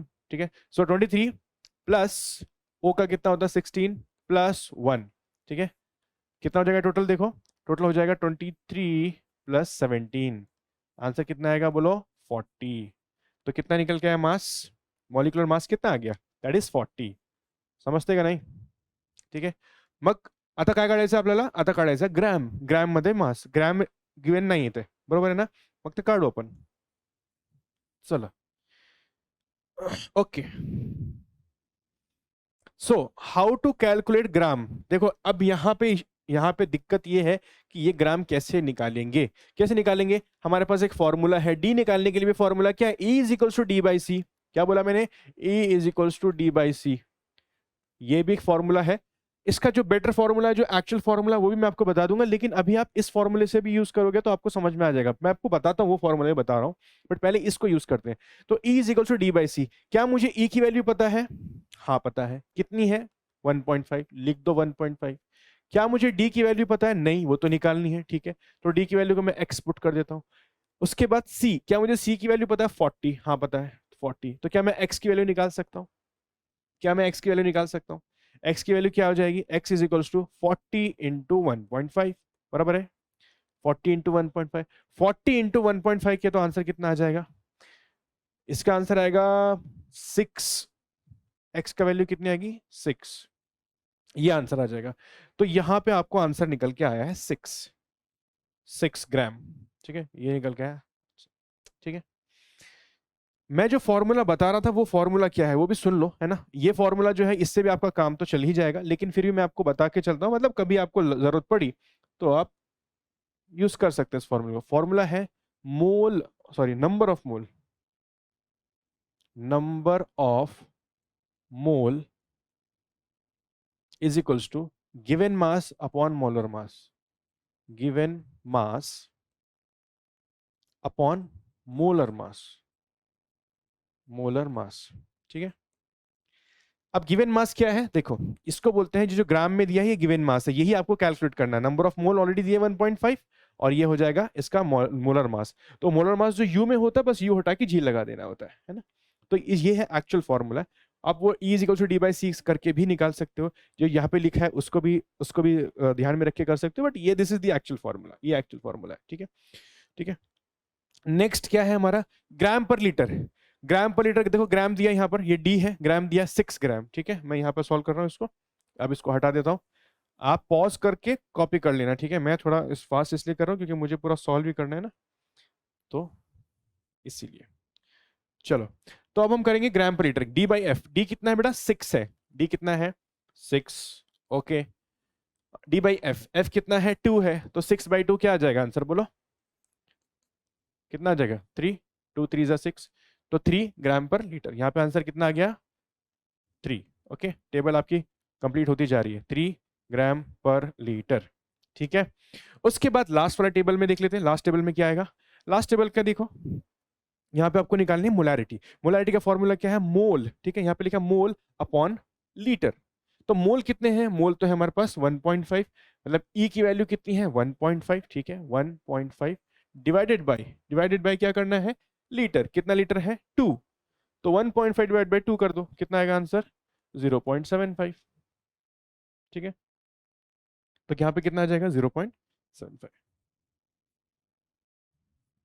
ठीक है, क्लियर है बात? कुछ कंफ्यूजन है अभी तो बताओ, कहीं पे कुछ कंफ्यूजन है, कहीं पे कुछ भी अगर लग रहा है अभी तो मुझे बताओ। ठीक है, ये पूरा का पूरा टेबल फिल करके मैंने आपको दे दिया। ठीक है, तो आपके बुक के अंदर ये टेबल है, इसको फिल कर लो, ठीक है। एग्जाम में क्वेश्चंस अगर यहाँ से कुछ भी आता है तो आप निकाल सकते हैं। याद रखो दो तीन चीजें, क्या याद रखनी, मैं आपको फिर से बोल रहा हूँ, याद क्या रखना है, ये फॉर्मूले, ठीक है, ये जो फॉर्मूला है। अब यहाँ पे E/F करके याद मत रखो, ये है फॉर्मूला, ये एक फॉर्मूला है। ये ग्राम पर लीटर में तो कोई फॉर्मूला है ही नहीं, बट आपको याद रखना है ग्राम पर लीटर करके, ठीक है। और मोल का एक फॉर्मूला होता है जो मैंने आपको ऑलरेडी बताया था, ठीक है, तो वो एक याद रखना है आपको, ठीक है। तो होपफुली आपको समझ में आ गया होगा, ठीक है। मैं मोल का फॉर्मूला यहाँ पे लिख देता हूँ, ठीक है। देखो, that is number of moles. जब भी आपको नंबर ऑफ मोल्स निकालने हो तो क्या हो जाएगा, गिवन मास, जो भी मास गिवन होगा, गिवन मास, सॉल्यूट का जनरली गिवन रहता है ना, सॉल्यूट के केस में करना रहता है, अपॉन मोलर मास, ठीक है। तो मोलर मास क्या होता है, molar mass nothing but molecular mass ही होता है। बस वहां पे आपको यू हटा के जी कर देना होता है। क्या करना है, यू हटाओ जी लगाओ, यू हटाओ जी लगाओ। जैसे यहाँ पर यू आया ना, ये यू जो है इसको यू हटा के जी लगा दो, बस दैट्स इट, कुछ नया नहीं करना होता है। बेसिकली वैल्यू सेम ही रहेगी, ठीक है। Next, what is the next, pH of a solution. देखो पीएच क्या होता है, पीएच ऑफ अ सोल्यूशन क्या होता है, किसी भी चीज का पीएच जब हम निकालते हैं तो क्यों निकालते हैं, उसका रीजन क्या है। उसका रीजन ये है कि पीएच हमको ये बताता है कि कोई भी ऑब्जेक्ट कितना एसिडिक है या कितना बेसिक है। मतलब कोई कितना ज्यादा एसिडिक हो सकता है, कितना बेसिक हो सकता है, ये किससे पता चलता है, ये पीएच स्केल से पता चलता है। ये पीएच स्केल हमारे सामने जो दिया है, एक्चुअली स्केल नहीं दिया है, ये एक क्वांटिटीज दी है हमको। स्केल एक्चुअली यहाँ पे कुछ अलग ही है, मैं आपको नेक्स्ट जो क्लास होगी, नेक्स्ट जो लेक्चर होगा उसमें मैं आपको दिखाऊंगा स्केल कैसे होता है। एक्चुअली स्केल कुछ ऐसा होता है, मैं आपको यहाँ पे ड्रॉ करके दिखाता हूँ। यहाँ पे होता है 0, बीच में कहीं पे होता है 7 और लास्ट में होता है 14, ठीक है। ये स्केल होता है, ठीक है। तो ये स्केल कैसे जाता है, इस तरह से जाता है और यहाँ इस तरह से जाएगा। तो यहाँ पे क्या होता है, ये स्केल मैं आपको बता रहा हूँ, पीएच स्केल, इसको ध्यान से देखो। तो अगर आप 7 पर हो तो 7 क्या है, न्यूट्रल होता है, ठीक है। 7 में ना एसिड होता है ना ही बेस होता है, वो कैसा होता है, वो न्यूट्रल होता है 7 पर। बट अगर आप टुवर्ड्स 0 जाओगे तो ये एसिडिक होना शुरू हो जाता है, एसिडिक, ठीक है। और यहाँ पे आप आओगे तो ये बेसिक होना शुरू हो जाता है। तो अब मैं आपको बताता हूँ कहाँ पे ज्यादा बेसिक है, कहाँ पे कम बेसिक है, उसको भी ध्यान में रख लेते हैं, फटाफट से इसको समझ लेते हैं। अब 0 के बाद क्या आएगा, 1, उसके बाद फिर 2, फिर उसके बाद 3, उसके बाद फिर 4, उसके बाद 5 एंड देन 6 एंड 7, उसके बाद देखो यहाँ पे 8, 9, 10, 11, 12 एंड 13 एंड 14। ये स्केल ऐसा होता है। तो जैसे जैसे मैं 7 से टुवर्ड्स 0 जाता हूं, क्या बोला मैं, ध्यान से सुनो, जैसे जैसे मैं 7 से टुवर्ड्स 0 जाता हूं एसिडिक लेवल बढ़ता जाता है। यहां पे ज्यादा एसिडिक नहीं होगा, यहां पे ज्यादा एसिड होगा। एसिड का लेवल कहां पे ज्यादा होगा, इस लेवल पर। मैं अगर आपसे कहता हूं मेरे पास एक ऑब्जेक्ट है, एक सब्सटेंस है, कोई भी एक चीज है जिसका पीएच लेवल है 1 और एक का पीएच लेवल है 6, तो ज्यादा एसिडिक कौन सा होगा, 6 वाला नहीं, 1 वाला ज्यादा होगा। 0 की टुवर्ड्स जो जा रहा है ना वो ज्यादा एसिडिक होगा, और यहां पे टुवर्ड्स 14 जो आ रहा है वो ज्यादा बेसिक होगा। तो अगर मैं आपसे पूछूं कि भाई साहब मेरे पास 8 और 12 ये दो ऑब्जेक्ट है जिनमें जिसका पीएच लेवल एक का 8 है और एक का 12 है, तो कौन सा ज्यादा बेसिक होगा, तो आप बोलेंगे 12 वाला ज्यादा बेसिक होगा, 8 वाला बेसिक ज्यादा नहीं होगा। क्यों, क्योंकि it is close to the neutral, neutral के बहुत पास में है। न्यूट्रल से जितना दूर होगा टुवर्ड्स बेसिक वो ज्यादा बेसिक होगा, और यहाँ पे टुवर्ड्स एसिड जितना होगा वहां पे वो ज्यादा एसिडिक होगा, ठीक है। बात समझ में आ रही कि नहीं आ रही, ठीक है। तो कभी भी ये जो पीएच स्केल है ये आपको क्या बताता है कि कोई भी चीज कितनी एसिडिक है या बेसिक है, और इसी तरीके से आपको बातें पता चलती है। अब कुछ इसी स्केल को ध्यान में रखिए, वो हमने कुछ यहाँ पर लिस्ट निकाली है जो हमारे बुक के अंदर भी दी गई है, प्यारी प्यारी जैक्सन यारी हमारी जो बुक है उसमें दी गई है। तो वहां पर देखो क्या स्ट्रॉन्ग एसिड कहां पर है, देखो 0.00 ये पीएच लेवल दिया। पीएच क्या होता है मैंने आपको बताया, इट्स कॉल्ड फोटो, इसको बोलते हैं पोटेंस। पीएच का मतलब क्या होता है, ये पी का मतलब है पोटेंस, पोटेंस का मतलब होता है पावर, पोटेंस जर्मन वर्ड है, ठीक है। पोटेंस का मतलब क्या होता है, power, it's a German word, तो इसलिए यहाँ पे क्या लिखा गया है, ये पीएच मतलब power of H, power H का पावर कितना है बेसिकली ये बताता है पीएच। तो ये स्केल है जिसपे हम मेजर करते हैं, और ये है कुछ लिस्ट जिसके बारे में हम बात करेंगे। आओ, तो सबसे पहले है यहाँ पर 1 मोल ऑफ HCl, उसका पीएच कितना है बेटा, 0.0 है। गैस्ट्रिक जूस, अब ये गैस्ट्रिक जूस क्या होता है, ये वही जूस होता है जो हमारे स्टमक में होता है, हमारे पेट में होता है। तो हमारे पेट में क्या करता है जूस, हमारे फूड को डाइजेस्ट करने में हेल्प करता है। जैसे कि अगर आप कुछ खाना खाते हो और खाना खाने के बाद उसको जब वो अंदर जाता है तो वहां से जूस रिलीज होता है, वो जूस क्या होता है, वो गैस्ट्रिक जूस होता है। वो गैस्ट्रिक जूस क्या होता है, HCl, हाइड्रोक्लोरिक एसिड। तो हाइड्रोक्लोरिक एसिड हमारे पेट में भी होता है। जो हमारे फूड को डाइजेस्ट करने में हेल्प करता है। और ये इतना स्ट्रांग होता है कि ये ब्लेड जो होते हैं स्मॉल है ना, जो अगर कभी कभी बच्चे गलती से कोई मेटल पीस या कोई सा ब्लेड खा ले तो वो उसको भी पूरा का पूरा डाइजेस्ट कर सकता है, इतना ज्यादा स्ट्रांग होता है। But it will take time, ठीक है। तो इसलिए मेटल को उसके प्रॉब्लम्स ये होते हैं कि वो डाइजेस्ट तो कर देगा केवल, लेकिन जब वो अंदर जाएगा तो हो सकता है ब्लेड आपका अंदर इंटेस्टाइन वगैरह कट कर दे, है ना। तो ऐसी चीजें इसलिए खाने से मना करते हैं। ज्यादा पॉइंटेड ज्यादा हार्ड चीजें हम खाने से क्यों मना किया जाता है? क्योंकि हम खाने को चबा के खाते हैं ना, सॉफ्ट करके खाते हैं। रॉ एकदम कच्चा या बहुत हार्ड क्यों नहीं खाते? बिकॉज अगर वो अंदर जाएगा तो कहीं ना कहीं अंदर डैमेज करता हुआ जाएगा। तो बेटर ये है कि इसको सॉफ्ट तरीके से खाएं, आगे जाके गैस्ट्रिक जूस अपना काम करता है और उसको डाइजेस्ट कर देता है।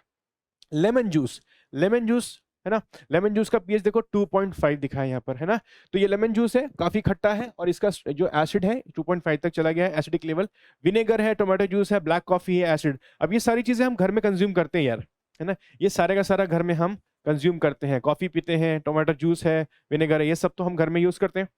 एसिड रेन, एसिड रेन जब होती है तो उसका पीएच कितना दिखा है यहाँ पर? 5.6 दिखा है, ठीक है, ये 5.6। तो ये एसिड रेन का पीएफ है, पीएच है, सॉरी, पीएच है एसिड रेन का। जब एसिड रेन क्या होती है, मतलब बारिश, जो पहली वाली बारिश है, दूसरी वाली बारिश है, तीसरी वाली बारिश जब आती है तो बहुत सारी जो गैसेस होती हैं वो पानी के साथ मिलके एसिड बना लेती हैं, जैसे कि सल्फ्यूरिक एसिड होता है, नाइट्रिक एसिड होता है। ये एसिड पानी के साथ मिलके बना लेते हैं, एक एसिड रेन जैसी होने लगती है। फिर मतलब वो सारे एसिड पानी के साथ मिक्स होके नीचे आने लगता है, तो वो एसिड रेन होती है। उसमें नहाना नहीं चाहिए, पहली बारिश, दूसरी बारिश, तीसरी बारिश, चौथी बारिश में मत नहाओ, जिससे कि वो एसिड आपकी बॉडी पर ना गिरे, ठीक है। उसके बाद है वीक एसिड्स में है यूरिन। यूरिन मतलब हमारा जो यूरिन होता है उसके अंदर भी एक एसिड होता है जिसको बोलते हैं यूरिक एसिड, ठीक है। तो उसका पीएच लेवल कितना है? 6 है, ठीक है। वो कम एसिडिक है, बहुत ज्यादा एसिडिक नहीं होता। न्यूट्रल की बात कर रहे हैं यहाँ पे, मिल्क और रेन, ये न्यूट्रल है 6.5। देखो यहाँ पर न्यूट्रल दिया है 6.5। एक्चुअल न्यूट्रल जो होता है बुक के अंदर या किसी आप एनसीईआरटी में देखोगे या कहीं पर भी आप देखोगे, सर्च करोगे तो 7 को न्यूट्रल कंसिडर करते हैं। यहाँ पर 6.5 दिया है। आपके बुक में अगर 6.5 को न्यूट्रल दिया है और आपको क्वेश्चन आता है rain and milk, please mention the pH of rain and milk, तो आपको 6.5 ही लिखना है। ऑल दो अगर हम रेन की बात करें या न्यूट्रल की बात करें तो न्यूट्रल कितना होता है? न्यूट्रल होता है 7, लेकिन आपकी बुक को फॉलो करना है हमें, तो we have to write 6.5। Neutral कितना हो जाएगा यहाँ पर? 6.5, ठीक है। वीक बेस, अब 7 से यहाँ पे इन्होंने बेस शुरू कर दिया है। 7 से क्या शुरू हो चुका है? बेस, जैसे कि प्योर वाटर, प्योर वाटर हल्का सा बेसिक है, शुगर सोल्यूशन हल्का सा बेसिक है, blood solution of baking soda, toothpaste, milk of magnesia, lime water and NaOH। तो ये सब के सब क्या है? कुछ बेसिक एलिमेंट्स हैं, कुछ बेसिक सब्सटेंसेस हैं। तो जो बेसिक है वो टुवर्ड 7 to 14 जा रहे हैं। देखो ना, ऊपर से नीचे आ रही है। इसका मतलब क्या हुआ? जो भी बेसिक चीज है वो ऊपर से नीचे जा रही है। जब जैसे जैसे वो नीचे जा रही है, मतलब टुवर्ड्स 14 जा रही है, तो वहां पे कितना होता जा रहा है? उसका लेवल ये होता जा रहा है 14 के आसपास जा रहा है, तो वो स्ट्रांग बनता जा रहा है। टुवर्ड्स 7 अगर आप देखोगे तो वो वीक बेस हो जाएंगे। 7 से ऊपर चले जाओगे तो एसिडिक है, और जितना 0 की तरफ जाओगे उतना ज्यादा एसिडिक होगा। तो इस तरह से ये पूरा का पूरा सिस्टम काम करता है। इसे बोलते हैं पीएच ऑफ अ सॉल्यूशन, ठीक है। तो इसके बारे में अगर हम बात करें तो बात ऐसी है कि हमें एक्चुअली क्या इसका मीनिंग क्या होता है? इसका मीनिंग एक्चुअली कुछ ऐसा होता है कि अगर कोई आपको बताए कि सर्टेन चीज का पीएच, अगर मैं आपसे ये कहूं, देखो अभी टेबल में आप देख रहे हो, अगर मैं आपसे कहूं कि किसी भी सर्टेन चीज का पीएच कितना है, तो आप बोलते हैं, लेट्स से मैं आपसे बोलता हूं कि यहाँ पे देखो न्यूट्रल जैसे हमको रेन दिया है तो रेन का पीएच 6.5 दिया, ठीक है। या फिर आप देखो यहाँ पर गैस्ट्रिक जूस, उसका पीएच कितना दिया? 1 दिया है। तो उसका मीनिंग क्या है? अगर आपसे मैं कह रहा हूँ उसका पीएच 1 है तो उसका मीनिंग क्या है? तो मीनिंग तो आपको ये पता है कि सर ये एसिडिक है, ये तो एक चीज क्लियर है, लेकिन उसका मीनिंग एक्चुअली क्या होता है? एक्चुअली उसका मीनिंग ये होता है कि उसके अंदर होते हैं मोल्स पर लीटर, ऐसा उसका एक मीनिंग होता है। जैसे मैं आपको यहाँ पर बता देता हूँ। फॉर एग्जाम्पल, अगर मैं आपसे कहूँ मेरे पास है वाटर और HCl, ठीक है। अब इनका पीएच तो अलग अलग होगा, सीधी सी बात है, सीधी सी बात है ना। इनका क्या होगा? पीएच दोनों का अलग अलग होगा। अब इन दोनों का अगर पीएच अलग अलग है तो कितना है इनका पीएच? तो देखो, अगर वाटर का देखें तो ये होता है 1 × 10⁻⁻7 मोल पर लीटर, मोल पर लीटर, ठीक है। क्या बोला मैंने? 1 × 10⁻⁻7 मोल पर लीटर। ये किसका है? ये हमारा वाटर का है। इसी तरीके से अगर मैं आपसे बोलूं HCl, तो HCl का होता है 1 × 10⁻0। क्या बोला मैंने? 1 × 10⁻0 मोल पर लीटर, ठीक है। तो अब इन सारे जो वैल्यूज को अगर हम ध्यान में रखें यार, तो कई बार ऐसा होता है कि ये वैल्यूज इतनी बड़ी है और कंफ्यूजन भी होती है कि इन वैल्यू को याद रखने से। तो हमने इसको सिंप्लीफाई क्या कर दिया, मैं सिंप्लीफाई ये कर दिया है कि मैंने इसको ऐसा लिख दिया है pH7। ठीक है, ये सिंपल क्या हो जाएगा, इसका मतलब ये होता है pH7 का मतलब होता है 1 × 10⁻⁷ मोल पर लीटर। पानी के अंदर H प्लस आयन कितने होंगे, तो इतने होंगे। ठीक है, तो ये क्या इंडिकेट कर रहा है हमारे, ये हमें क्या इंडिकेट कर रहा है, पीएच को इंडिकेट करता है। पीएच क्या इंडिकेट कर रहा है, पीएच इंडिकेट कर रहा है हमारा कितना एसिडिक है कोई भी चीज या कितना बेसिक होता है। ठीक है, तो ये बात समझ में आ रही है आपको, ठीक है, क्लियर है यहां तक। ठीक है, तो अब यहाँ पर जो H प्लस आयन की जो फॉर्मेशन की बात चल रही थी, यहाँ पर जो H प्लस आयन की फॉर्मेशन की बात चल रही थी, तो पानी के अंदर कितना H प्लस आयन फॉर्मेशन होगा, HCl के अंदर कितना H प्लस आयन फॉर्मेशन होगा, या कोई बेसिक एलिमेंट होगा तो उसके अंदर कितना H प्लस आयन फॉर्मेशन हो रहा है, यही पूरा का पूरा सिस्टम इंडिकेट करता है।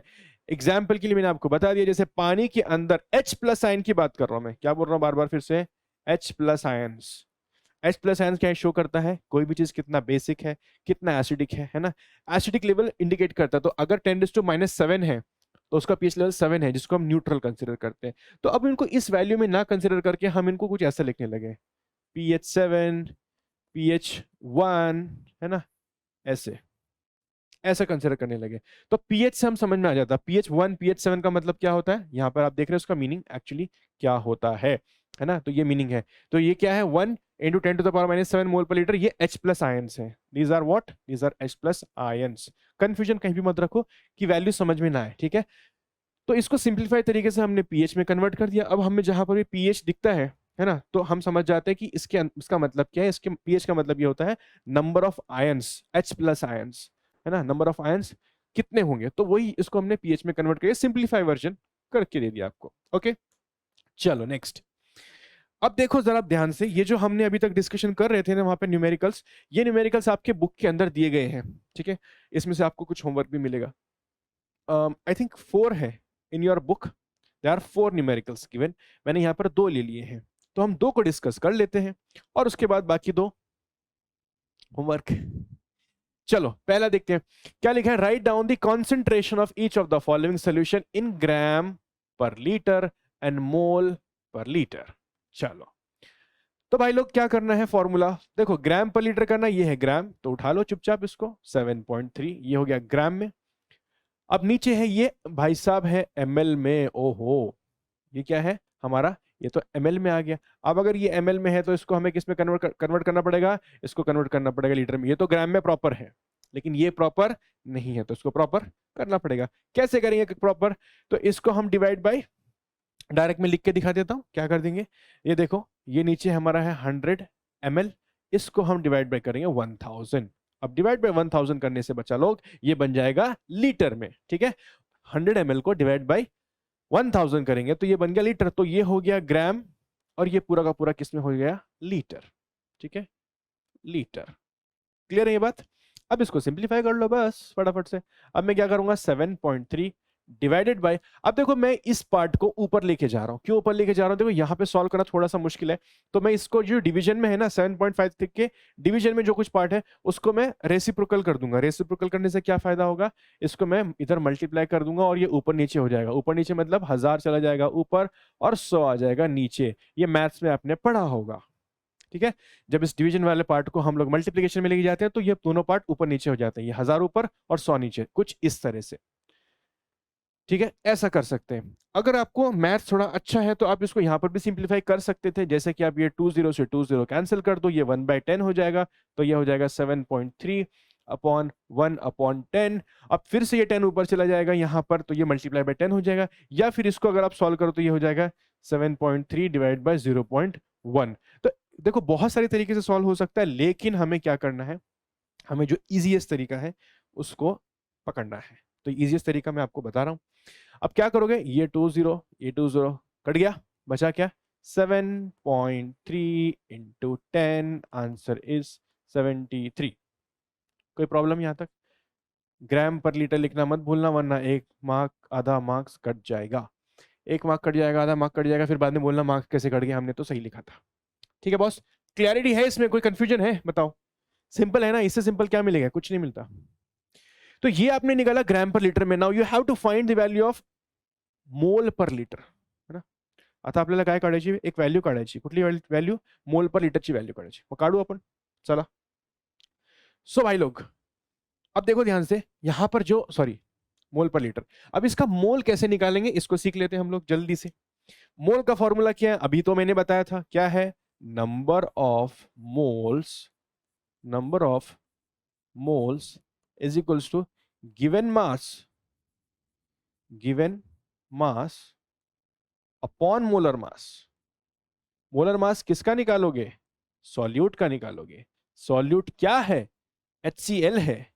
तो निकालो, क्या निकालना है, नंबर ऑफ मोल्स निकालने हैं. यहाँ पे गिवन मास कितना है, 7.3 है. Okay 7.3, very good. But sir molar mass तो नहीं पता. तो मोलर मास नहीं पता तो यहाँ पे देख लो, मोलर मास कैसे निकालते हैं. मोलर मास कैसे निकालते हैं देखो जरा. क्या है हमारे पास, HCl है.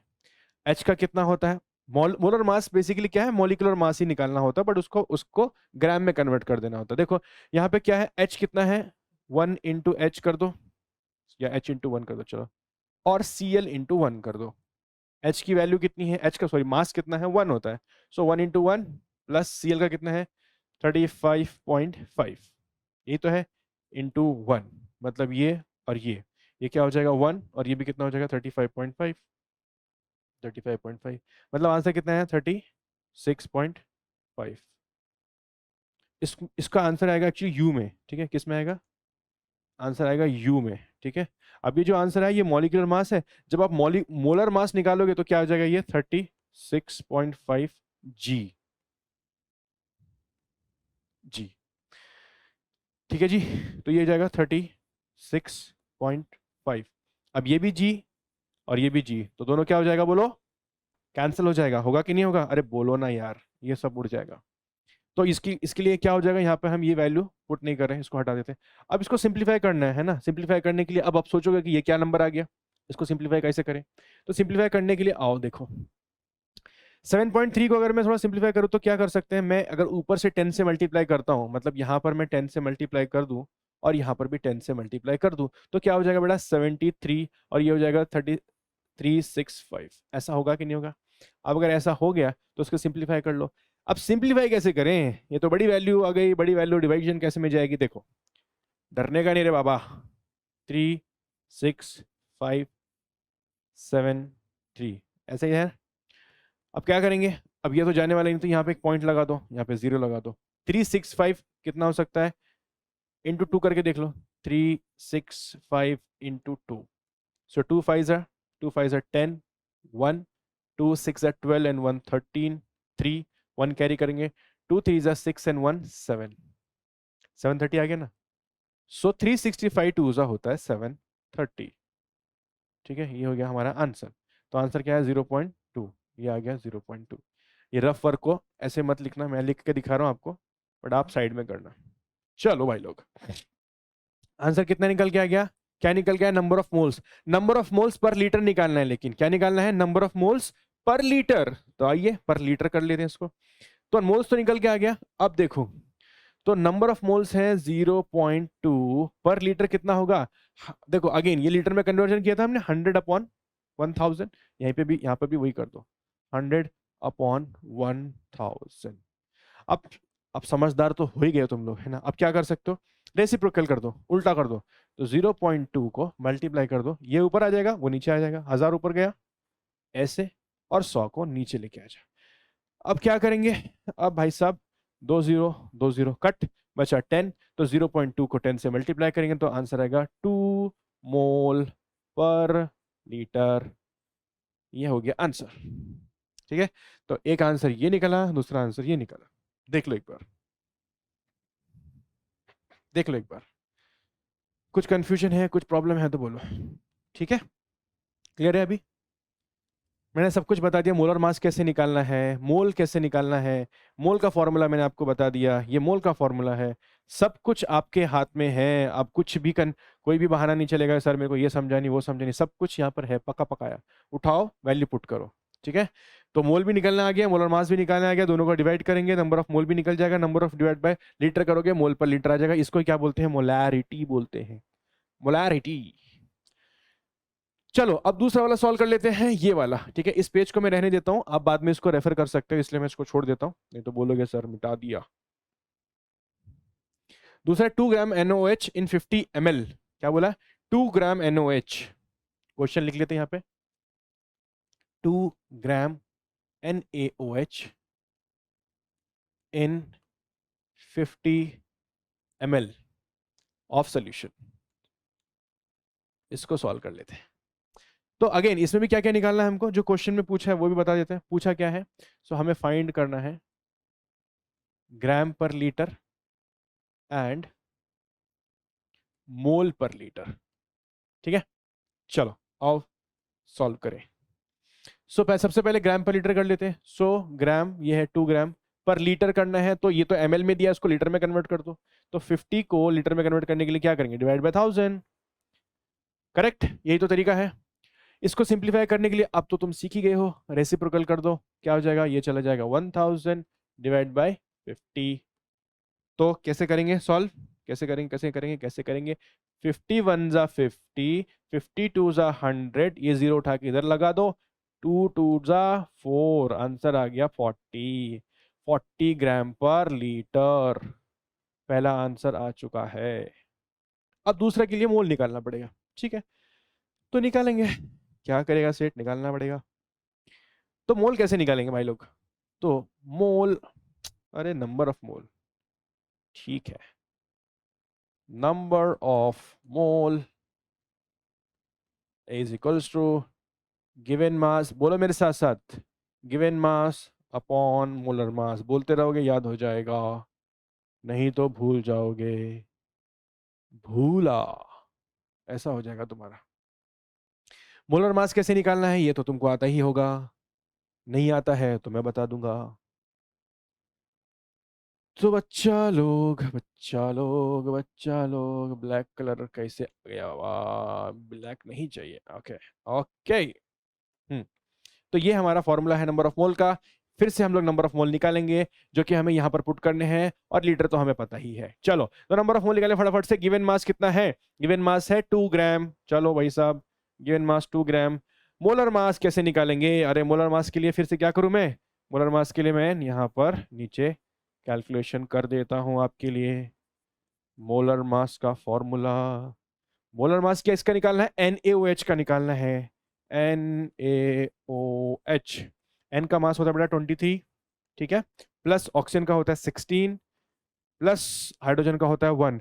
सबका सिंगल सिंगल आइटम है, डायरेक्टली लिख रहा हूं मैं, आप डायरेक्ट लिख सकते हो अगर आपको प्रैक्टिस हो चुका है तो।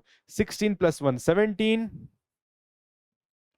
प्लस 23, आंसर कितना आ जाएगा? 40। 40 आया कि नहीं आया? 40U आएगा। इसको आपको क्या लिख देना है? 40G, बस 40G। ये हो गया मोलर, ये मोलर मास और ये मॉलिक्यूलर मास। ठीक है, 40U और 40G, इतना डिफरेंस है। अब आंसर कितना आ गया? 40, तो 2/40। इसको सिंप्लीफाई करेंगे तो 1/20, 1/20 को सिंप्लीफाई करेंगे तो 0.05 आ जाएगा, है ना? ये वैल्यू नहीं समझ में आया? ये वैल्यू समझ में नहीं आई? कैसे है, नहीं आई? देखो, 20 डिवाइड बाय 1 करेंगे ऐसे, इधर पॉइंट लगाने का, इधर जीरो लगाने का। अब डिवाइड हो सकता है, नहीं हो सकता है, तो फिर से जीरो लगाने का और जीरो लगाने का। अभी क्या इतना आएगा? 25 कितना आ गया? 100, 0.05। अलग लक्षात समजता की नाही? ओके बॉस, मग जाऊ पुढे. ठीक आहे, हे बेसिक तुम्हाला आलं पाहिजे बेटा. ठीक है, सो 0.05, व्हाट इज दिस 0.05? ये तो नंबर ऑफ मोल है. क्या है ये? यही तो नंबर ऑफ मोल है. यही तो क्या है? नंबर ऑफ मोल, यानी कि मोल निकल के आ गए हैं. ये हाँ आ गया मोल. अब क्या करना है? मोल निकालना है और लीटर में कन्वर्ट कर देना है, बस सिंपल. तो अब आंसर आ जाएगा हमारा फटाफट से. देखिए भाई साहब, अब ये मोल कितना है? 0.05. यहाँ पे देखिए 0.05, और लीटर कितना था वो देखो, लीटर वैल्यू 50 को डिवाइड बाय 1000 कर देंगे. 50 डिवाइड बाय 1000 कर देंगे. अगर तुम लोग होशियार हो, है ना, तो होशियारी में आप क्या कर सकते हो, ये 3 जीरो है ना, इन 3 जीरो के बाद एक यहाँ पे डॉट लग सकता है। मतलब कैसे, नीचे अगर 1000 से डिवाइड करना है तो 1 कितना जीरो, यहाँ पर 3 जीरो है, सो 1 2 और यहाँ पर एक और जीरो पुट करके डेसिमल लगा सकते हो। लेकिन अगर आपको नहीं आता है तो कोई प्रॉब्लम नहीं है, हम क्या करेंगे, सिंपल सिंपल तरीके से भी कर सकते हैं। ये रेसिप्रोकल में चल जाएगा, ये 1000 हो जाएगा, नीचे हो जाएगा 50, तो भाई साहब इसको सॉल्व कर लेंगे। 51 ज़ा 50, 52 ज़ा 100, 0 0 लगा देंगे, इसको मल्टीप्लाई करा देंगे। ऐसा कर सकते हैं, ऐसा कर सकते हैं। या आपको और सिंप्लीफाई करके दूं मैं, इसको आप सिंप्लीफाई कर दूं ना मैं आपको, ज्यादा सिंपल, मतलब ये जो किया ये भी ठीक है, इसमें कोई प्रॉब्लम नहीं है, लेकिन उससे भी आसान करना है मैं आपको सिखा देता हूं पहले, फिर आप करोगे। ऐसा नहीं डायरेक्ट आपके लिए मैं लिख दूं तो आप कंफ्यूज हो जाओगे। देखो ये 50 है, इसको डिवाइड बाय करना है 1000, ठीक है। नीचे 3 डिजिट है ना, ऊपर कितने डिजिट है, 2, तो 2 डिजिट के बाद आपको कितने डिजिट के बाद पॉइंट लगाना पड़ेगा, 3 डिजिट के बाद। यहाँ पर कितने हैं, 2, तो आप लिखो 0 और 5, और एक और डिजिट चाहिए तो वहां पे पुट कर दो 0 और फिर डिजिट ये लगा दो, तो आंसर कितना आएगा, 0.50। ऐसा भी कर सकते हो, मतलब ये आपके लिए सिंपल होगा, ठीक है। फिर से एक बार बताऊं, देखो क्या करना है।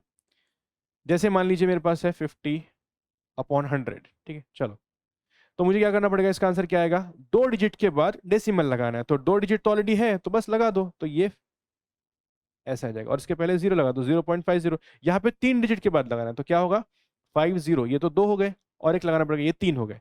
तो आपको काउंट कहां से करना है, राइट से लेफ्ट में जाना है, राइट से ऐसे, तो 1 2 3 और फिर यहाँ पे डॉट, ठीक है। मैथ्स भी सिखा रहा हूं मैं तुमको साथ में। तो मैंने आपको क्या सिखाया, ये जो सिंप्लीफाई करना सिखाया, ये क्यों सिखाया मैं आपको बताता हूँ। इससे क्या हो जाएगा, देखो इससे हो जाएगा 0.05 डिवाइड बाई 0.05। अब आपको आंसर समझ में आ गया होगा, आंसर होगा 1 मोल पर लीटर। वो भी तरीके से आप कर सकते हो, उससे भी आप कर सकते हो। कैसे कर सकते हो, आंसर क्या था, 20 इंटू 0.05 करके देख लो, 20 इंटू 0.05 करके देखो, आंसर 1 ही आने वाला है, ठीक है। डरने का कोई टेंशन की बात नहीं है। तो दोनों प्रॉब्लम मैंने सॉल्व करके दिखा दिया आपको, ठीक है। ये वाला भी बच्चे, 2 प्रॉब्लम वो तुम सॉल्व करोगे, ठीक है। मेरे को कमेंट में चाहिए, कमेंट में मेरे को लिख के दो दोनों के आंसर क्या आ रहा है। ये 2 मैंने करके दिखाया, पूरा एकदम स्पून फीडिंग है, कुछ भी मैंने मतलब एज्यूम करने के लिए नहीं लगाया, सब कुछ लिख के दिया है, same to same copy paste. यहाँ पर सारे फॉर्मूले पता है, put the value get the answer, comment में डालो, बताओ मुझे, ठीक है। बताना याद से, ये तो बोलोगे भूल गया था। सो दैट इज ऑल, ये था हमारा आज का सेशन, ठीक है। लेक्चर नंबर 2 है ना, acid base and salt. Lecture number 3 आने वाला है, बहुत इंपॉर्टेंट है। उसके बाद 4 भी आने वाला है, वो बहुत इंपॉर्टेंट है। एसिड बेस और सॉल्ट बहुत इंपॉर्टेंट चैप्टर है, don't take it lightly, lightly मत लो, ठीक है। तो हम लोग मिलते हैं नेक्स्ट क्लास में, तब तक होमवर्क करके कमेंट में डालो।